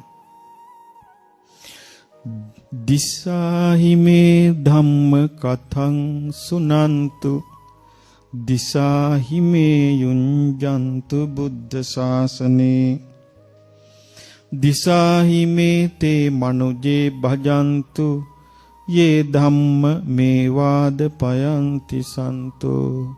බලන්න මේ කියනවා මෙහෙම. මාගේ සතුරන්ටත් ඇහෙන්න ඕනේ මේ ධර්මයමයි. මාගේ සතුරන් හැසිරෙන්න ඕනේ සීල සමාධි ප්‍රඥාවේමයි. මාගේ සතුරුනුත් ඇසුරු කරන්න ඕනේ මේ උතුම් ධර්මයේ පෙන්වා දෙන සත්පුරුෂයන් වයි. දැන් බලන්න උන්වහන්සේට බලන්න මේ නිකලස් භවී ආශ්චර්යය. දැන් උන්වහන්සේට සතුරුකම් කළාට උන්වහන්සේ දැන් කාගේව සතුරෙද්ද? නැහැ. දැන් සාමාන්‍ය මිනිසයාට හිතෙනවද අනේ මගේ සතුරුත් මේ ධර්මය සත්වා කියලා? සාමාන්‍ය මිනිසයාට හිතෙනවද? නැහැ. මාගේ සතුරුත් මේ ධර්මයේ මෙනෙහි කරත්වා කියලා හිතෙනවද? සාමාන්‍ය මිනිසුන්ට හිතෙන්නේ නැහැ. මාගේ සතුරන්ටත් බුදුරජාණන් වහන්සේගේ ඇසුර ලැබෙන්නේ නැත්නම් කොච්චර හොඳද කියලා හිතෙනවද? නැහැ. දැන් සාමාන්‍යයෙන් එහෙම ඕනේ නෑද? සාමාන්‍යයෙන් පොඩි අමනාපයක් තිබ්බත් සමහර මිනිස්සු ඇවිල්ලා කියනවා ස්වාමීනි අර පුද්ගලයාගෙන් ප්‍රවේශම් වෙන්න. ඒ පුද්ගලයා එච්චර හොඳ කෙනෙක් නෙවෙයි. ඒ නිසා වැඩි බණ කියන්න යන්න එපා කියලා සාමාන්‍ය මිනිස්සයා කැමති නෑ. ධර්මය අහගෙන කෙනෙක් එනවනම් ඒ කෙනා Tamanට විරුද්ධකාරයෙක් නම් ඒකට සාමාන්‍ය මිනිස්සයා කැමති නෑ. ඒතර මේ අඟුලිමාල තෙරුන්ට සමහර විට මිනිස්සු කොච්චර කරනව ඇද්ද හිංසා. නමුත් අඟුලිමාල තෙරුන්ගේ මේ කතාව ප්‍රසිද්ධ වුණාම මොකද වෙන්නේ? ඒගොල්ලෝ හිතනවා නෑ මේ සතුරුකමක් අමනාපයම උන්වහන්සේ තුල නෑ. ඒක තවත් තේරෙනවා. මේ බලන්න දිසාහි මේ කන්ති වාදානං අවිරෝධප්පසංසිනං සුනන්තු ධම්මං කාලේන තංච අනුවිධියන්තු. මේක කියනවා ඉවසන ගුණයෙන් යුතු මෛත්‍රියට ප්‍රශංසා කරන ඒ භාග්‍යවතුන් වහන්සේගේ ධර්මයේම මාගේ සතුරෝද අසත්වා. ඒ උතුම් ධර්මයේම අනුගමනය කරත්වා. එතකොට ඔන්න භාග්‍යවතුන් වහන්සේගේ ධර්මය අඳුනගත්තු ඇටි අඟුලිමාල මහරහතන් වහන්සේ කොහොමද අඳුනගත්තේ? ඉවසන ගුණයෙන් යුතු. ඒ ධර්මයේ ලක්ෂණය මොකද්ද? ඉවසන ගුණය. එතකොට මේ ධර්මයේ තුල තියෙනවා ඉවසීම නැමැති ගුණය. මෛත්‍රියට ප්‍රශංසා කරන. එතකොට මේ ධර්මයේ තවත් එකක් තියෙනවා. මොකද්ද? මෛත්‍රියට ප්‍රශංසා කරනවා. ඉවසීමට ප්‍රශංසා කරනවා. එතකොට ඉවසන ගුණයෙන් යුතු මෛත්‍රියට ප්‍රශංසා කරන ඒ උතුමන්ගේ ධර්මයේ ඒ භාග්‍යවතුන් වහන්සේගේ ධර්මයේ තිබෙන ප්‍රධාන ලක්ෂණය මොකද්ද? ඉවසීම. මෛත්‍රිය. ඉවසීමයි මෛත්‍රියයි කෙනෙක්ට තියෙනවා නම් මං හිතන්නේ ඒක නා මෙලොව විතර නෙමෙයි ජයගන්නේ. එයා පරලොවත් ජය ගන්නවා. සමහරට මෙලොව බිරිඳගේ ප්‍රශ්න නිසා ස්වාමියා හැප්පි ඉන්නවා හිතේ වෛරය බැඳගෙන ඉවසන්නේ. සැමියාගේ ප්‍රශ්න නිසා බිරිඳ ඉන්නවා හිතෙන් වෛරය බැඳගෙන ඉවසන්නේ. සමහර විට සමහර අවස්ථාවල් තියෙනවා දැන් බිරිඳ මුකුත් කරගන්න බැරි නිසා ඉවසන් ඉන්නවා. පුළුවන් නම් එළවනවා ගහලා. සමියා ඉන්නවා මුකුත් කරගන්න බැරුව ඉවසන. ඒක ඇත්ත ඉවසීම නෙවෙයි. ඉවසීම කියලා කියන්නේ යමක් කරන්න පුළුවන්කම තියෙද්දි ඉවසනවා. මේ ඉවසන්න තියෙන හොඳම ක්‍රමේ තමයි සසර ගැන හිතීම. මේ සසරේ අපි ගමු දැන් මේ ජීවිතේදී අපිට කවුරු හරි බැන්නාම ඩොන් යනවා. මොන හරි කිව්වම අපි තිරිසන් වෙලා කොච්චරනම් නින්දාපස ලබලා නැද්ද මේ සසරේ? අපි බලාගෙන ඉඳිද්දී අපි අපේ දරුවෝ මරන්න ගෙනහිල්ලා ඇති. මම දැක්කා මේ නේපාලදී එක කඩේක එළුව මරණ කඩයක් අයිනින් අපි ගියා පාරේ. එළු පැටියා බලාගෙන ඉන්නවා කොල්ල කකා අම්මා වරන් ගිහලා මරනවා. ඉතින් ඒ වගේ අවස්ථාවලදී සතා ඉවසනව ඇර ඒ සතාට මොකුත් කරන්න නැහැ. ඉතින් මේ වගේ අපි අසරණව ඉවසනවා ඇර මුකුත් කරන්න බැරි අවස්ථාවල් කොච්චර පහු කරන්න ඇද්ද මේ සසරේ. මේ සසරේ එක එක ආත්ම ලැබලා දැන් ඒක අවස්ථාවක මම දැක්කා කරත් එක බඳලා ගවයෙක්ව මම පොඩි කාලේක දැක්කේ මේ ගවයාට හරි පිපාසයි. පිපාසය ඇවිල්ලා මේ ගවයාගේ කටින් පිපාසය ආපු ගමන් සෙම වැටෙනවා. සෙම වැක්කිරෙනවා කටින් දෙන්න කෙනෙක් නැහැ. කරත්ති ගවයා ඉන්නේ. ඒ මිනිස්සු කොහෙද ගිහිල්ලා? මේ ගවයා වට කරගෙන දැලක් දාලා වගේ මදුරු. ඉවසනවා ඇර මේ ගවයා වට කරන් මදුරුව කනවා. අර නැට්ටෙන් පොඩ්ඩක් ගස්සනවා. ඒක හැම්සෙම වෙනවා. එතකොට ඉවසනවා ඇර ඒ සතා මොනවා කරනද? එතකොට මේ සත්තුන්ට එහෙම ඉවසන්න තියෙන අවස්ථාවලුයි අපිට තියෙන අවස්ථාවලු ගත්තොත් එimhe වැඩි කාටද? සතානි විඳවන්නේ. අපිට පොඩි දෙයක් ඉවස ගන්න බෑ. එතකොට ඒ වගේ කොච්චර තියෙනවද? දැන් එක දවසක් මම එක තැනකට ගියා ඒ පොඩි ආවාසයකට. ඒ කිට්ටුව මිනිස්සෙක් හරකෙක් බඳලා ගිහිල්ලා. හරි තද අවුව.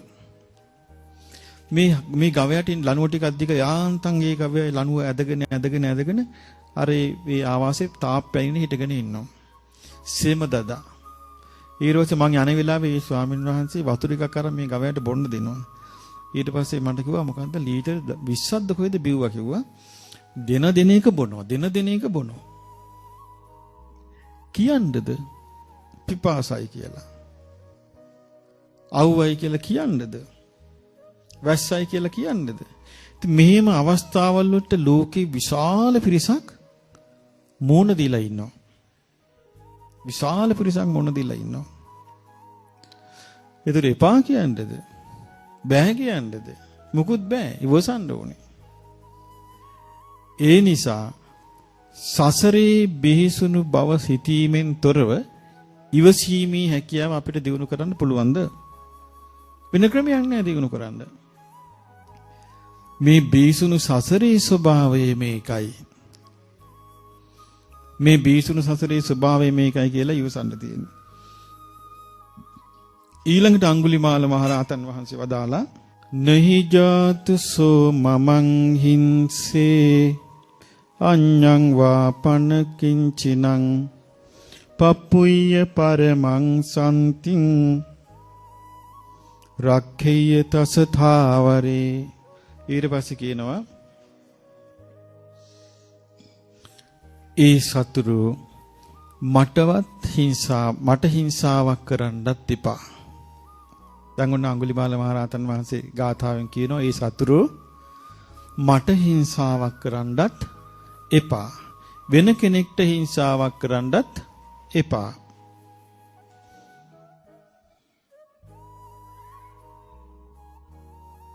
කියනවා දැන් මේ අරහිංසා කරපු අඟුලිමාල කියන තැනත්තා දැන් භික්ෂුවක් වෙලා පරම සාන්තියට පැමිණිලා ඉන්නේ.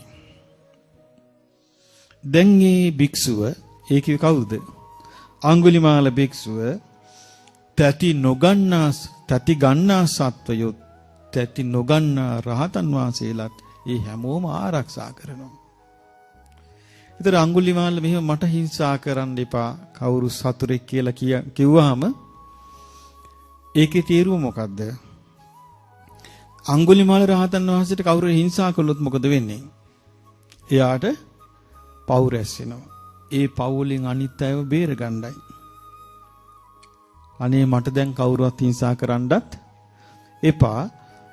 කවුරුවත් තවත් කෙනෙක්ට හිංසා කරන්නත් එපා. මන් දැන් සියලු හිංසා අතහැරලා පරම ශාන්තියට පත් වෙලා ඉන්නේ. තස කියන්නේ තැති ගන්න සත්‍යෝ, තාවර කියන්නේ තැති නොගන්න රහතන් වහන්සේලා. එතකොට ඒ තැති ගන්න නොගන්න සියලු සත්වයන්ව මං ආරක්ෂා කරන කෙනෙක්. අඟුලිමාල රහතන් වහන්සේ වදාලා. ඊට පස්සේ කියනවා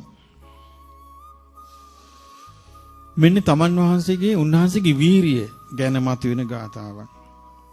උදකං හි නයන්ති නෙත්තිකා උසුකාරා නමයන්ති තේජනං දාරුන් නමයන්ති තච්චකා අත්තානං දමයන්ති පණ්ඩිතා කියන නෝන තියන අය තමන්ව দমনය කරගන්නේ මෙහෙම. යන් අපි ගම්මු ඉස්සෙල්ලා අපි කුඹුරු කෑල්ලක් හදනවා. අපි කිව්ව ඈත තියෙන වතුර ඇල. දැන් අපි මොකද කරන්නේ? ඒ වතුර ටික කුඹුරට ගේන්න අපි ඇලක් පාරක් පාද ගන්නවා. පාදකනේ පාර දිගේ තමයි වතුර ගේන්නේ. එතකොට වතුර ගේන්නේ අපි අපිට ඕන පැත්තට මිසක් වතුර ඕන පැත්තට නෙමෙයි. වතුර ඔහි යන එකක්. ඉතින් ඔහි ගලාගෙන යන වතුර ඇල පාර කපලා Tamanට ඕන පැත්තට හරව ගන්න දක්ෂ කෙනා වගේ මම මේ ඔහේ යන සිත මට ඕන දිශාවට හරව ගත්තා. උසුකාරා නමයන්ති තේජන ඊතල හදන වඩුව ඊ දණ්ඩ අරගෙන ඒ යකඩ දණ්ඩ අරගෙන කෙලින් කරලා ඍජු කරනවා. ඒ වගේ මගේ වක්‍රව තිබිච්ච නොමග ගිය සිත ඍජු කරා කියනවා. ධර්මයට ඍජු කරා. දාරුන් නමයන්ති තච්චකා මේ සාමාන්‍ය මේ දර ලීගෙනල්ලා තමයි වඩුවෝ ඇඳපුටු මේස හදන්නේ. රවුමට හදනවා, දිගාතට හදනවා, හතරැස්ස හදනවා. නමුත් ඒක ලීයෙන් තමයි හදන්නේ. ලීය නිකම් හැදෙන්න ලෑස්තිද? නෑ, වඩුව තමයි හදන්නේ ඒක. ආන් ඒ වගේ නෝනැත්තු තමන්ව দমনය කරගන්නවා. නෝන තියන අය තමන්ව দমনය කරගන්නවා. ඊළඟට කියනවා දණ්ඩේනේකේ දමයන්ති අංකුසේහි කසාහිච කියන සමහරු තවත් කෙනෙක්ව මෙල්ල කරගන්න දඬුවම් දෙනවා. තවත් සමහරු හස්තීන් වගේ සතුන්ව මෙල්ල කරන්න අංකුස යොදනවා. තවත් සමහරු කසවලින් තලනවා පුද්ගලයන්ව මෙල්ල කරන්න කියන නමුත් අදණ්ඩේන අසත්තේන අහං දන්තෝ මිතාදිනා කියන තාදිනා කියන්නේ අෂ්ටලෝක ධර්මයට කම්පා නොවෙන ශාස්ත්‍රුන් වහන්සේ විසින් කිසි දඬුවමක් නොදී කිසි ආයුධයක් පෙන්වන්න නැතුව කිසි ආයුධයකින් තරවටුනකොට මාව මෙල්ල කළා. අහිංසකෝති මේ නාමං හිංසකස්ස පුරේ සතෝ කියන මගේ ඉස්සර නම අහිංසක. ඒ වුණාට මං කළේ හිංසා කිරීම. අජ්ජාහං සච්ච නාමෝම්හි නනං හිංසාමි කිංචනං කියන අද මං ඒ නමට ඇත්තටම ගැළපෙන කෙනෙක්. මං අද කාටවත්ම හිංසා කරන්නේ. චෝරෝ අහං පුරේ ආසින් අඟුලිමාලෝ තිවිස්සුතෝ. ඉස්සර මං ප්‍රසිද්ධ වෙලා හිටියේ අඟුලිමාල කියන සොරා කියන නමින්. කියනවා උය්‍යමානෝ මහෝ ඝේන බිහිසුණු සසරේ ගහගෙන යද්දී. බිහිසුණු සසර සැඩපහරේ මං ගහගෙන ගියා. දැන් හිතන්න අපි මේ බිහිසුණු සසර සැඩපහරේ ගහගෙන නැද්ද? ඊතර වෙච්ච අයද? ගහගෙන යන අය. බිහිසුණු සැඩපහරේ ගසාගෙන යද්දී බුද්ධං සරණ මාගමං මම් බුදුරජාණන් වහන්සේගේ සරණ ළඟට පැමිණියා කියනවා. මම බුදුරජාණන් වහන්සේගේ සරණට ආවා. ඊළඟට කියනවා ලෝහිත පාණී පුරෝ ආසින් අඟුලිමාලෝ තිවිස්සුතු. මං ඉස්සර හැම තැනම ප්‍රසිද්ධ වෙලා හිටියේ ලේ වැකුණු අත්‍යති අඟුලිමාලයා කියලයි. සරණාගමනම් පස්ස බුදුරජාණන් වහන්සේ සරණ යෑමේ අනුසස් බලන්න. සරණ යෑමේ අනුසස් බලන්න. භවනෙත්ති සමෝහතා. සංසාරයට මාව බැඳලා තිබ්බ සියලු රැහන් මම සිඳලා දැම්මා. බලන්න මේ කියන්නේ වේ ලස්සන. සිඳලා දැම්මා. අද කාලේ පින්වතුනි මේ සරණ පිළිටන්නේ නැත්තේ මොකෝ? දැන් අපි ගමු. දැන් අපි කියනෝනේ ශාසනය පිරීලා කියලා. ඒ කිව්වේ බෝධින් වහන්සේලා පිරීලාද? නෑ. චෛත්‍ය පිරීලාද? විහාරෙ පිරීලාද? ත්‍රිපිටකේ පිරීලාද? නෑ. මොනවද පිරීලා තියෙන්නේ?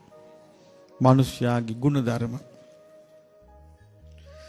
මිනිස්යාගේ ගුණධර්ම පිරිහුණාට පස්සේ ඒක ආයේ ඇති කරගන්න බෑ. ඒකයි දැන් තියෙන අරුබුදේ. ඇති කරගන්න කෙනෙක් වෙහෙස ගත්තත් ඒ වෙහෙස යා දිගටම ගන්නෑ. ඒ වෙහෙස ටික දවසක් ඔන්න පංචශීලයේ ඔන්න ගත්තොත් ටික දවසක් ආරක්ෂා කරනවා. ආයේ ඒකට බුරුලක් දෙනවා. දීපගමන් ආයේ පරණ වලේ වැටෙනවා. මෛත්‍රිය ටික දවසක් ආරක්ෂා කරනවා. ආයෙක අතාරිනවා. ආයේ පරණ වලේ වැටෙනවා. නියතමානීකමෙන් ටික දවසක් ඉන්නවා. ආයෙක අතාරිනවා. ආයේ මාන්නෙන් ඉන්නවා. ඉතින් මේ වගේ අර ගුණධර්මයන්ට තැනක් දෙන්නේ. එතකොට මිනිස්සයා මේ ගුණධර්මයන්ට තැනක් දෙන්නේ නැති වෙන්න ප්‍රධානම හේතුව හැටියට අපිට තේරෙන්නේ මිනිස්සයාට නෑ ඉවසීම. දැන් බලන්න හැමතිස්සෙම කලබලනේ. දැන් අපි ගත්තොත් හොඳම තේරුම් ගමු. අර සේයා දරුවාගේ සිද්ධියේදී මිනිස්සු කලබල වෙලා ඉස්සෙල්ලාම ඒගොල්ලන්ගේ තාත්තවල්ල ගත්තා. ඊට පස්සේ අම්මව සැක කළා. මේ දෙන්න එකතු වෙලා මේ කරන්නේ. ඊට පස්සේ හැමෝම කතා වුණේ කොහොමද? මේ පුද්ගලයා මරන්න ඕනේ, නැති කරන්න ඕනේ. ඉතින් ඊට පස්සේ පොලිසියෙන් ගාඩ් එක දැම්මා. එහෙම නොතු වෙනා නම් මිනිස්සු කලබලෙලා අර මිනිස්සුත් මරලා, ගෙවල් ගිනි තියලා විශාල අනුතරක් කරන්න මේ මිනිස්සු ලෑස්ති. එතකොට මේ කලබලෙන් ඇවිස්සලා ඉන්නවා. ඒ හිතන්නේ ඒක තමයි විසඳුම කියලා. කලබලෙන් ඇවිස්සීම විසඳුමක් නෙමෙයි. ඊට පස්සේ ඉතින් තව සැක කර කටයුතු තව අල්ලන්න සිද්ධ වුණා. ඊට පස්සේ හැමදාම මාධ්‍යවලුනුත් මේවා තියාගෙන අවුස්සන්න මිනිස්සුන්ගේ තුල තවත් සිත ඇවිස්සලා තවත් විකෘති වුණා. ඊට පස්සේ ඒවම නැවත අහන්න ලැබෙනවා. නැවතත් අවුස්සනවා. මතකද ඔබට මං කිව්වා මේ පස්සේ නීතියෙන් විසඳන්න බෑ කියලා. හැබැයි මේ ප්‍රශ්නේ මාධ්‍යයෙන් විසඳන්න පුළුවන් කිව්වනේ. මේ පස්සේ නැති කරන්න පුළුවන් මාධ්‍යෙට විතර. මේක නීතියකට නැති කරන්න බෑ. මාධ්‍ය බුද්ධිමත් නැහැ. ඒකයි වෙලා තියෙන්නේ. ඊළඟට ඉතින් හැමතිස්සෙම මිනිස්සුන්ගේ හිත කුලප්පු කරන ඒවනේ පෙන්වන්නේ. දිගටම පෙන්වන්න මිනිස්සු කිසි කල්පනාවක් නැහැ. මිනිස්සුන්ට විවේකයක් නැහැ. ගෙවල් දොරවල් මිනිස්සු ඉස්සර එහෙම නෙමෙයි ඇවිල්ලා ওই බණ කතාවක් අහනවා. අපිට මතකයි අපි ඉස්සර කාලා බෙල ඉවරුණාන් පස්සේ සමහර දවස් වලට අපිට කතන්දර කියලා දෙනවා දෙමව්පියෝ. අද මොකුත් නැහැ. දෙමව්පියන්ට පිස්සු වැටිලා. වෙන අමුතු තරගයක දෙමව්පියන්ට ළමයින්ට කතන්දර කියා දෙන්න ඕන කමක් නැහැ. අද තියෙන්නේ ඉස්කෝලේ ගියාද ඊට පස්සේ එතනින් ටියුෂන් යවුවද ඊට පස්සේ ආවද ආය නාන්න මේව කරන්න දැන් කන්න දැන් ආය පාඩම් කරන්න විභාග ලෑස්තින් තියෙනවා. මෙහෙම එකකට උගන්වන්නේ. මේ විනාශේ නම් නවත්ත ගන්න බැරි විනාශයක්. ඒකනේ ළමයෙකුට හිතන්න වෙලාවක් නැහැ. ඉතින් ඒ පරිසරය තුල හැදිච්ච අයට ආවේගයේ මිසක් වෙන මොකද්ද තියෙන්නේ? ආයි හිතන්න දමණය වෙන්න ඇත්ත නැත්ත බලන්න තෝරගන්න මොකුත් නැහැනේ. දැන් අපි අහලා තියෙනවා එක ගෙදරක මුගටියෙක් ඇති කළාලු. ඒ මුගටිය හොරතලයට ඇති කළා.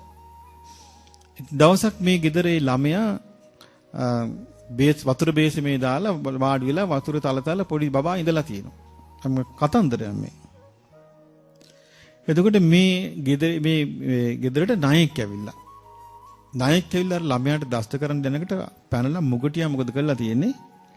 ආ ළමයාව අර ණයාව හාපල මැරුවා. දැන් ඒ අම්මා පහළ ඉඳලා ගෙදර එද්දි මේ කටේ ලේ පිරාගෙන මුගටියා ඉස්සරහට එනවා. අම්මා හිතුවා මේ මගේ ළමයාව කෑව තමයි කියලා එතනම චප්ප කළා. ගෙදර ගිහිල්ලා බැලින්නම් මුගටියා මොකද්ද කරලා තියෙන්නේ? ණයාව නැති කළා ළමයාව බේරලා. ඒ අර කලබලේ නිසා මුකුත් හිතන්නේ නැහැ. මුකුත් තේරුම් ගන්නෑ. මොකද්ද වෙන්නේ කියලා හඳුනගන්නේ නැහැ.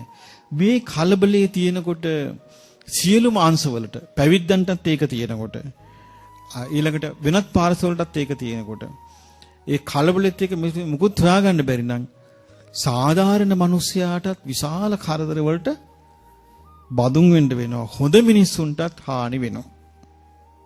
ඒකේ ලාභයක් නැහැ. ඉතින් ඒ නිසා ඉස්සරහට තියෙන්නේ මේ වගේ ලෝකයක් තමයි.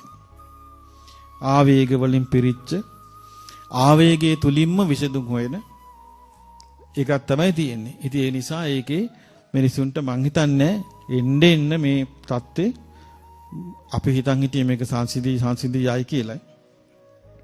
බැලුවම සංසිඳීමක් පේන්න නැහැ. එන්න මේ අවුල් වෙවි යනවා. දැන් සාමාන්‍යයෙන් ගෙවල් වල ඉස්සර මට මතකයි ඔය රත්නපුරේ පැත්තේද කොහෙද ඉස්සල්ලා ආච්චිලා දූෂණි වෙවි මැරුණ පොලිමට. ඊට පස්සේ ආච්චිලා තනියම යන්න බය වුණා. ආච්චිලා තනියම ගෙදරක ඉන්න බය වුණා. දැන් ඒ කරදරේ ඉවර වෙනකොට මේ පුංචි දරුවෝ පොලිමට යන්න ගත්තා. ඊළඟට කවුරු ගොදුරු වෙයිද කියලා කවුරුත් දන්නේ නැහැ. මං අන්තිමට කල්පනා කළා අපිට මේ ධර්මයේ ලෝකෙට යහපත කැමති. ලෝකේ සැපේ කැමති. ලෝකේ යහපත කල්පනා කරන අපිට මේ වෙනුවෙන් මොකද්ද කරන්න තියෙන්නේ කියලා කල්පනා කරද්දී මට මතක් වුණේ එහෙනම් එකම දේ තියෙන්නේ රුවන්වැලි මහා සෑයට ගිහිල්ලා දරුපවුල් පිටින් බාර වෙන්න කියලා කියන්නයි තුනුරුවන්ට. තුනුරුවන්ට බාර වෙලා ඇවිල්ලා ගෙවල් වල තුනුරුවන් වැඳගෙන ඉන්න කියන්නයි. එතකොටවත් සමහරට මේ වචනට කීකරු වෙන්නේ නැහැ බේරේ. ඉතින් අපිට සියලු දෙනා ගැන අපිට කියන්න බෑ. ඉතින් ඒකයි වෙලා තියෙන්නේ. ඉතින් ඒ නිසා අපි මේ නීතියකින් යමක් කරනකම් බලා නොසිට අපිත් අපේ ආරක්ෂාව ගැන යම් කිසි උත්සාහයක් කරන්න ඕනේ. අපේ ජීවිතේ වටිනාකම තියෙන්නේ අපට නේද? මේ දරුවන්ගේ ජීවිතේ වටිනාකම තියෙන්නේ තමන්ගේ දෙමව්පියන්ටයි. ඊළඟට දරුවන්ට මතක් කරලා දෙන්න ඕනේ. ඒකයි. ඊළඟ මම ඒ කාලේ ඉඳලා කියලා තියෙනවා ළමයින්ට ටෙලිෆෝන් දෙන්න එපා. අපිට කියන්න ඕන ආයවා. පොඩි දරුවන්ගේ අතර ටෙලිෆෝන් දෙන්න එපා. මේ ළමයි විනාශ වෙනවා කියලා. එයි මේක ඇතුලේ සියලුම මල ජරාව තියෙනවා. ඒ නිසා ළමයි විකෘති වුණාට පස්සේ බේරගන්න බෑ. ඒකයි. ඒ නිසා මෙවැනි ලෝකෙක අපිට මේ බුදුරජාණන් වහන්සේ සරණ යන්න ලැබෙනවා කියන්නේ විශාලම ලාභයක්. මේ සරණ වෙන දෙවියෙකුට කරන්න බෑ. බ්‍රහ්මයෙකුට කරන්න බෑ. දැන් බලන්න මේ අඟුලිමාලට බුදුරජාණන් වහන්සේ ලබා දීපු සරණ වෙන කිසි කෙනෙකුට කරන්න බෑ. අපි අඟුලිමාල මහරහතන් වහන්සේ බොහෝම අහිංසකව ජීවත් වුණා. නමුත් මේ අඟුලිමාල මහරහතන් වහන්සේගේ ආනුභාවය ගැන සමහර අය දැනගෙන හිටියා. දැන් ඔන්න අපි දන්නවා සවැත් නුවර නගරවාසීනුයි කොසල් රජුරුයි තරඟෙට දානි දුන්නා. දැන් තරඟෙට දාන දීලා දැන් දාන දෙද්දි කොසල් රජුරෝ යම් ආකාරයකට දාන දෙනවද නගරවාසීන් බලන් ඉඳලා ඒක පරදින්න දෙනවා. දවසක් කොසල් රජුරු ඇඳේ වැටිලා මොන නරක කරන් හතියට ඇර ඉන්නවා. ඊට පස්සේ ඇහුවා මල්ලිකා දේවිනාසය ඇවිල්ලා රජතුමනි මොකද මේ ඔබ වහන්සේ නිකන් මේ විශ්සෝප වෙලා නිකන් එපා වෙලා මේ ලස්සතරන් 750ට දුන්නා වගේ මොකද මේ ඉන්නේ කියලා ඇහුවා. ඊට පස්සේ කිව්වා මේකයි දේවි මම මේ ඉන්නේ මට බෑනේ මේ නගරවාසීන් එක්ක තරඟ කරන්න. නගරවාසීන් දිනවන්නේ මටත් වඩා හොඳට දාන්න කිව්වා. එතකොට මාල්ලිකා දේවි හිනැහුණා. හිනැහැලා කිව්වා අනේ රජතුමනි එහෙම පුළුවන් ද නගරවාසීන් කොහොමද ඔබ වහන්සේත් එක්ක තරඟට දාන දෙන්නේ? ඔබ වහන්සේට තියෙන පහසුකම් නගරවාසීන්ට කොහෙද? ඒ මොනවද කියලා ඇහුවා. රජතුමනි ඔබ වහන්සේට ඉන්නෝනේ හස්ති රාජයෝ. සීසත් රාජ කන්‍යාවෝ. රාජ පූජිත දේවල් කොච්චර තියෙනවද? අපි මේවා මේ යදවාගෙන අපි ලස්සන දානයක් දෙමු කිව්වා. ඔන්න රජතුමා ඉක්මනට ඇඳින් නැගිට්ටා බොහොම අගේ කිව්ව කතාව. කියලා දාන දෙන්න ලෑස්ති කළා. ලෑස්ති කළා 500 නමකට බුදුරජාන් වහන්සේ ප්‍රමුඛ 500 නමකට දානෙට ආරාධනා කළා. මොන ලස්සන මණ්ඩපයක් හැදුවා 500 නමට. හදලා ඒ රහතන් වහන්සේ නමක් වැඩ ඉන්නවා. ඒ දෙපැත්තේ සුවඳ සදුන් කලල් දාපු ඔරු දෙකක් තියෙනවා. ඒවේ රාජ කන්‍යාව මල්ල සුවඳ අරගෙන ඉහ ඉන්නවා. එතකොට එහෙම රාජ කන්‍යාව දෙපැත්තේ දාලා. එතකොට ඒ රහතන් වහන්සේට පිටිපස්සෙන් හොඳ ලස්සනට සරසපු හස්ති රාජෙක් ශේෂතා ළඟ ඉන්නවා. දැන් මේක මිනිසුන්ට කරන්න පුළුවන්ද? රාජ කන්‍යාවොත් නැහැ. ඇත්තුත් නැහැ. ඉතින් ඇත්තු 499ක් ගෙනාවා. ඒ ගේන්න හිටපු එක ඇතෙකුට සනීප නැහැ. ඊට පස්සේ රජුට කිව්වා හරි වැඩේ නෙමේ උනේ. ඒක ඇතෙක් නෑනේ. මල්ලිකා දේවිය නා වෙලා අහනවා ඇත්තු නැත්තේ මොකද? දේවයන් වහන්සේ ඔබට කොච්චර ඇත්තු ඉන්නවද මේ ඇත්තලේ? නෑ මේ දේවි කීකරු ඇතෙක් නෑ නෝ මේ රහතන් වහන්සේ නමලට නෙමේ අල්ලන්නේ. කීකරු ඇත්තු ඉන්නේ 499යි ඉන්නේ. කිව්ව නෑ. ඕකේ ගණ්ඩ කිව්වා ඡණ්ඩම හස්තියාව. මං කියන්නම් කිව්වා යා තාව හිට ඕන තැන. එතකොට මල්ලිකා දේවිය දන්නවා කාළඟද තෙද තියෙන්නේ. තෙද බල තියෙන්නේ කාළඟද කියලා. ඉතින් ඡණ්ඩම හස්ති රාජ්‍යාව දන්වැල් දාලා කකුල් දෙකට දන්වැල් දෙකයි ඉස්සරහා කකුල් දෙක දන්වැල් දෙකයි ඔක්කොම දාලා මේ සරසල මේ හත ගොරෝගෙන කන් පද්ද දූවිලි අවුසවුසේනෝ. ආංගුලිමාල මහරහතන් වහන්සේ පෙවුන විතරයි නැට්ට හංග ගත්තා. බෙටි දෑව එතනම. ඊට පස්සේ බෙටි පිහිදලා ඇතාව සරසලා ඉස්සරහට ගැත්තා. ඇතා ඇස් දෙක උස්සලා බලන්නේ ආංගුලිමාල රහතන් වහන්සේ දිහා. ඊට ඇතාව හිමින් දැන් ඇතා වැදගෙන ඉන්න ඕනේ. දැන් අර කන් හොල්ලපුවත් නෑ. කන් දෙක හොල්ලන්නේ නෑ. දැන් කකුල් නටවන්නේ නැහැ. ඇඟ නටවන්නේ නැහැ. දැන් අත හිමින් දැන් ඇදගෙන එනවා හිමින්. මේ බයින් එනවා දැන් ඇත් රජා. ඊට පස්සේ ඒ ඇත් රජා පිටිපස්සේ හිටෝලා සීසත දුන්නා. දැන් අනිත් ඇත්තු සීසත අරගෙන ඔළුව හොල්ලනවා, කන් හොල්ලනවා, එහෙම කර ඉන්නවා. ඇඟ සොලවනවා. මේ ඇත කිසි චලවීමක් නැහැ. ගලක් තිබ්බා වගේ. භික්ෂුන් වහන්සේලාටත් පුදුමයි. මිනිසුන්ටත් පුදුමයි. රාජ්‍යරුවන්ටත් පුදුමයි. මෙච්චර අනුභවයක් තියනවාද කියලා. ඊට පස්සේ ඒ දාණයෙන් පස්සේ බුදුරජාණන් වහන්සේ ආංගුලිමාල මහරහතන් වහන්සේ වට කරගත්ත භික්ෂුන් වහන්සේලා. ඒ ගොඩක් භික්ෂුන් වහන්සේලා දන්නේ නැහැ රහතන් වහන්සේ නමක් කියලා.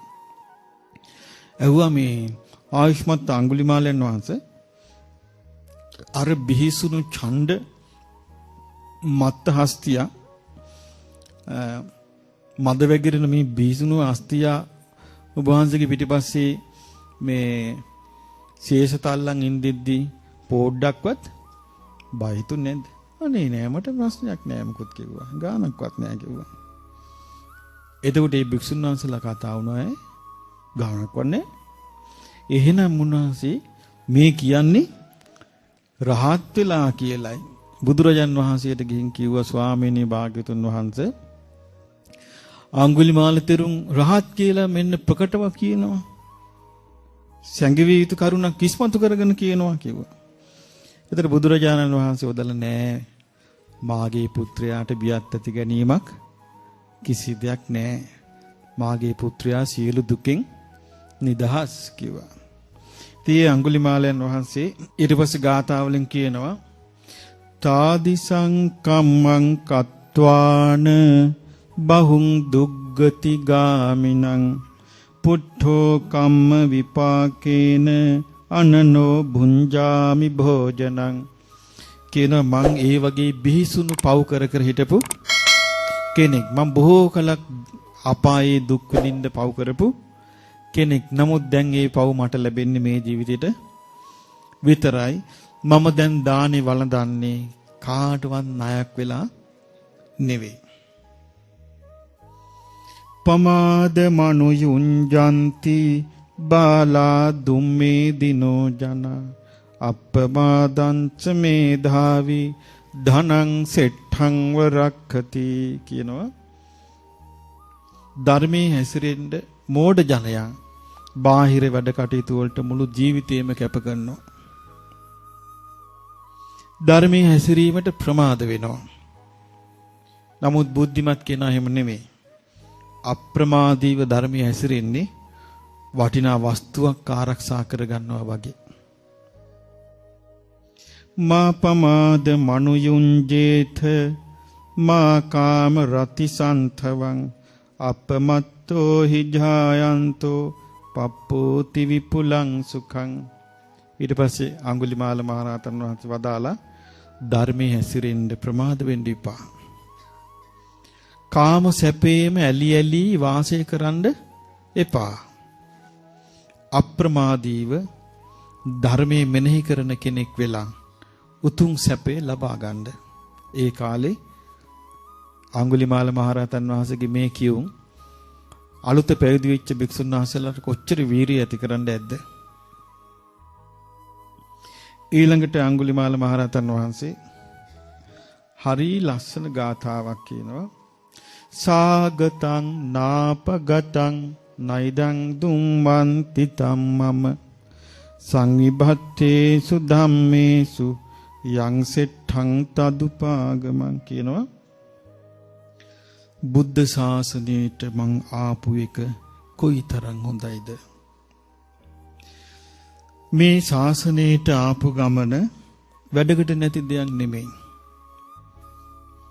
මම පැවිදි වෙන්න ඕන කියලා හිතීම මගේ වැරදි අදහසක් නෙවෙයි.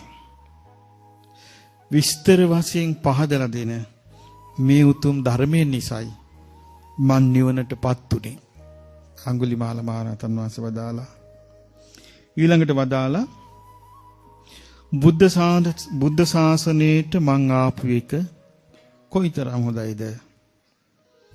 මේ සසුන් ගමන නිෂ්ප්‍රයෝජන නැහැ.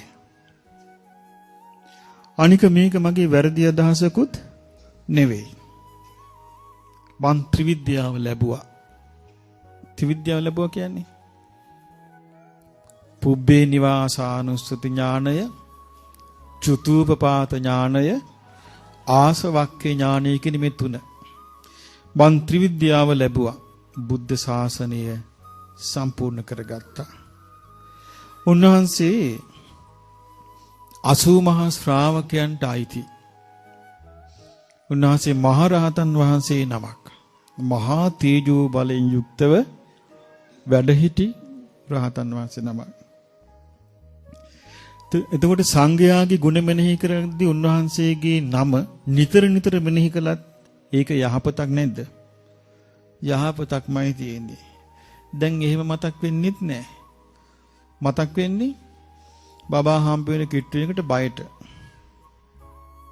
ගිහලා පිරිත් ටිකක් කිව්ව ගනින් මක්ක වෙයිද දන්නේ නැහැ කියලා. ඉතින් ඒ වගේ එකක් නිසා නිතර නිතර මෙනෙහි කරන්න ඕනේ, වන්දනමාන කරන්න ඕනේ, පූජා කරන්න ඕනේ කෙනෙක් තමයි මේ අඟුලිමාල මහරහතන් වහන්සේ. උන්වහන්සේ බලන්න මේ උන්වහන්සේගේ ජීවිතය ගැන කියනවා. ඉස්සර මං මහා වනාන්තරේ ගහක් යට ගල් ලෙනක තනින් තන වාසය කළේ හරීම කලබල හිතකින්. ඒ කිව්වේ කොයි කාලෙද? අර මාළ දාගෙන ඔව් කඩු කිනිසිත් අරගෙන අස්සේ මුල්ලේ හැංගිලා ඉඳෙද්දි කියනවා ඒ දැන් මම හරි සනීපෙට නිදා ගන්නවා. සපසේ වාසය කරනවා. සනසිල්ලේ ජීවිතය ගෙවනවා. ලස්සන වචනයක් කියනවා.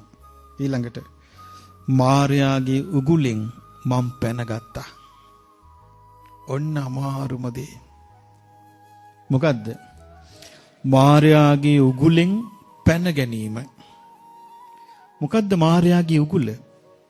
ඇස, කන, නාසය, දිව, කය, මනස. මේට නේද මේ ලෝකේ ප්‍රශංසාම ලැබෙන්නේ.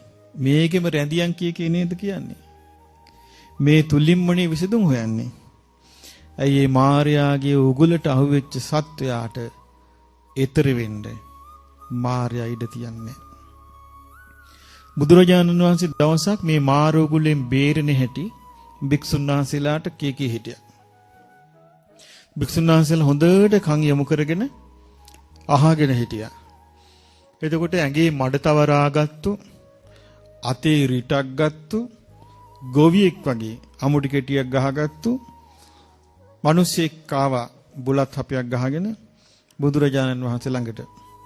ඇවිල්ලා අර මැද්දෙන් බාධා කරලා උන්වහන්සේගේ දේශනාවට බාධා වෙන විදිහට මැද්දෙන් කතා කළා. පැත්තක ඉඳගෙන. ඇහුවා ශ්‍රමණයන් වහන්සේ මගේ හරක් මේ පැත්තේ ගියාද? එතකොට බුදුරජාණන් වහන්සේ දැන් සංඝයාට පේන්නේ කාවද? ගොවියෙක්ව. ගොවියෙක් පේන්නේ. බුදුරජාණන් වහන්සේ ගොවියට කියන මාරය නුඹේ හරක් නුඹ හොයාගන්න. එතකොට මාරයා දැන් මාරයා කියලා කතා කළානේ. එතකොට කියනවා ශ්‍රමණය ඔය ඇස මගේ.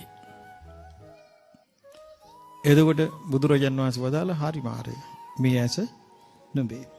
ශ්‍රමණය කනත් මගේ. හරි මාරය. මේ කනත් නුඹේ. ශ්‍රමණය ඔය නාසෙත් මගේ. හරි මාරය. මේ නාසෙත් නුඹේ. ශ්‍රමණය ඔය දිවත් මගේ. හරි මාරය. මේ දිවත් නුඹේ තමයි. ශ්‍රමණය ඔය ශරීරෙත් මගේ. ශ්‍රමණේ හරි. බුදුරජාණන් වහන්සේ වදාළ මාරය ඒක හරි. මේ ශරීරෙත් උඹේ තමයි. ශ්‍රමණේ ඔය සිතත් මගේ. හරි මාරය. මේ සිතත් උඹේ. ශ්‍රමණය ඔය ඇස කන නාසය දිවකය මනස යමෙක් මගේ මගේ කියයිද ඔහුත් මගේ. බුදුරජාණන් වහන්සේ වදාළ හරි මාරය. එයත් උඹේ. එතකොට මාරයා ආඩම්බරයටපත් වුණා. බුදුරජාණන් වහන්සේ අහනවා මාරය යමෙක් මේ ඇස කන නාසය දිවකය මනස මම නොවේ, මගේ නොවේ, මගේ ආත්මේ නොවේ කියා ඒ ඇල්ම අතහැර ඒ නිදහස් වෙයිද? ඒකේනා ශ්‍රමණය ඒකේනා මට අයිති නෑ කිව්වා. දැක්කද මාර පාසය? මාරයාගේ උගුල මොකක්ද එතකොට? මේ ඇස කන නාසය දිවකය මනස. ඒකයි මේකෙන් සත්‍යයට ශාසනය පිරිහුණාට පස්සේ බුදුරජාණන් වහන්සේ දේශනා කරපු ධර්ම මාර්ගයේ પરම්පරාව සිඳලා ගියාට පස්සේ ආයෙ ඉස්මතු කරගන්න බැරි. ඒකයි.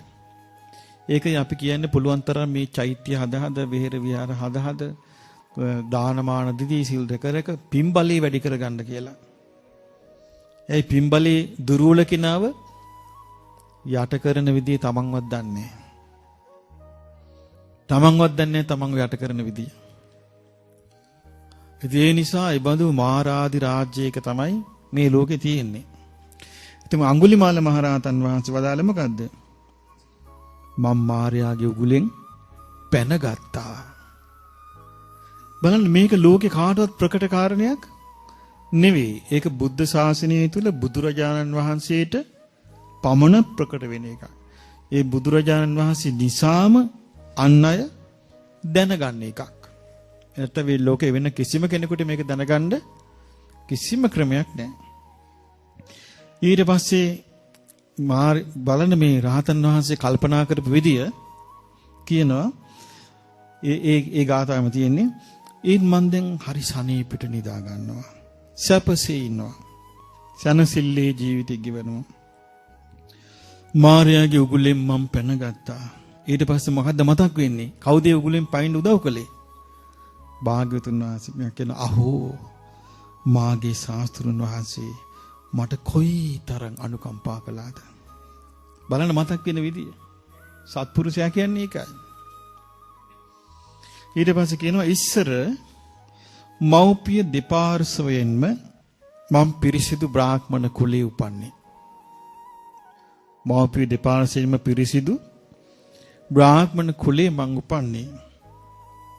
දැන් මම ධර්ම රාජ වූ සුගත වූ ශාස්ත්‍රුන් වහන්සේගේ පුත්‍ර රත්නයක්. කොච්චර අභිමාණයෙන්ද මේවා කියන්නේ.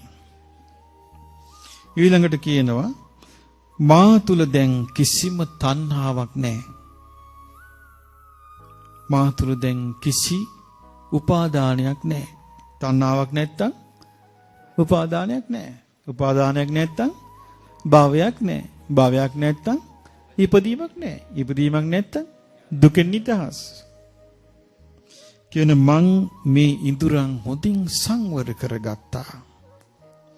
අයි එතකොට මාර්යාගේ උගුල මොකද්ද? මේ ඉඳුරන් අසංවර කිරීම.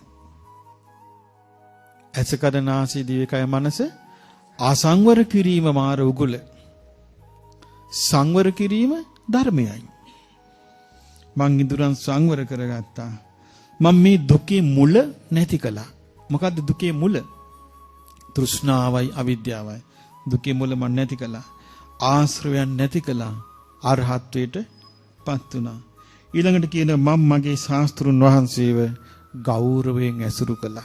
ඒක තමයි ගෞරවයෙන් ඇසුරු කිරීම. මම බුද්ධ ශාසනය සම්පූර්ණ කළා. කෙලස් බර පැත්තකින් තිබ්බා. බව රැහන් මුලින්ම සිඳලා දැම්මා කියලා කියනවා. අපි ඒ කවුරුත් ඒ අඟුලිමාල මහරහතන් වහන්සේට වන්දනා කරමු. සාදු. ඒ භාග්‍යවත්තු අරහත්තු ගෞතම නම් වූ අපගේ සම්මා සම්බුදුරජාණන් වහන්සේගේ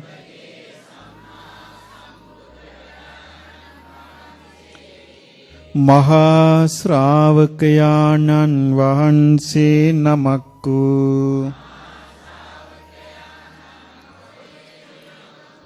මහා තේජස් ඇති මහා බල ඇති මහා ඉවසීම ඇති මහා වීරිය ඇති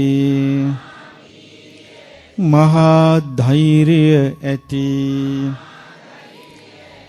ශ්‍රද්ධා සීලාදී ගුණයෙන් පිරිපුන් වූ ත්‍රිවිද්‍යාලාභී වූ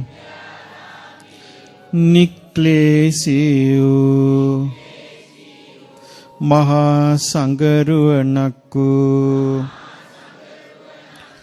ආර්ය වූ අපගේ අඟුලිමාල මහරහතන් වහන්සේට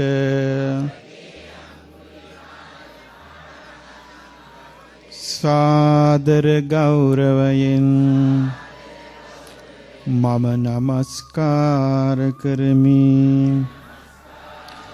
මාගේ නමස්කාරය වේවා. ඒ අඟුලිමාල මහරහතන් වහන්සේ උතුම් ශ්‍රාවක සංඝරුවණක් ලෙස සාදර ගෞරවයෙන්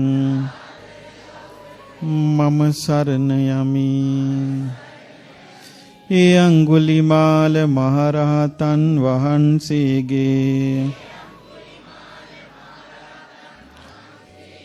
උතුම් ගුණානුභාවයෙන් අප සියලු දෙනාට යහපත සැලසේවා. සාදු සාදු. අප සියලු දෙනාට මේ ධර්මයේ ශ්‍රවණය කරලා මේ ධර්මයෙන් සඳහන් වන උතුම් ගුණ ධර්ම අපි දියුණු කරගෙන මේ ගෞතම සාසනයේ පිළිසරණ ලබන්න වාසනාව ලැබේවා. සාදු සාදු සාදු.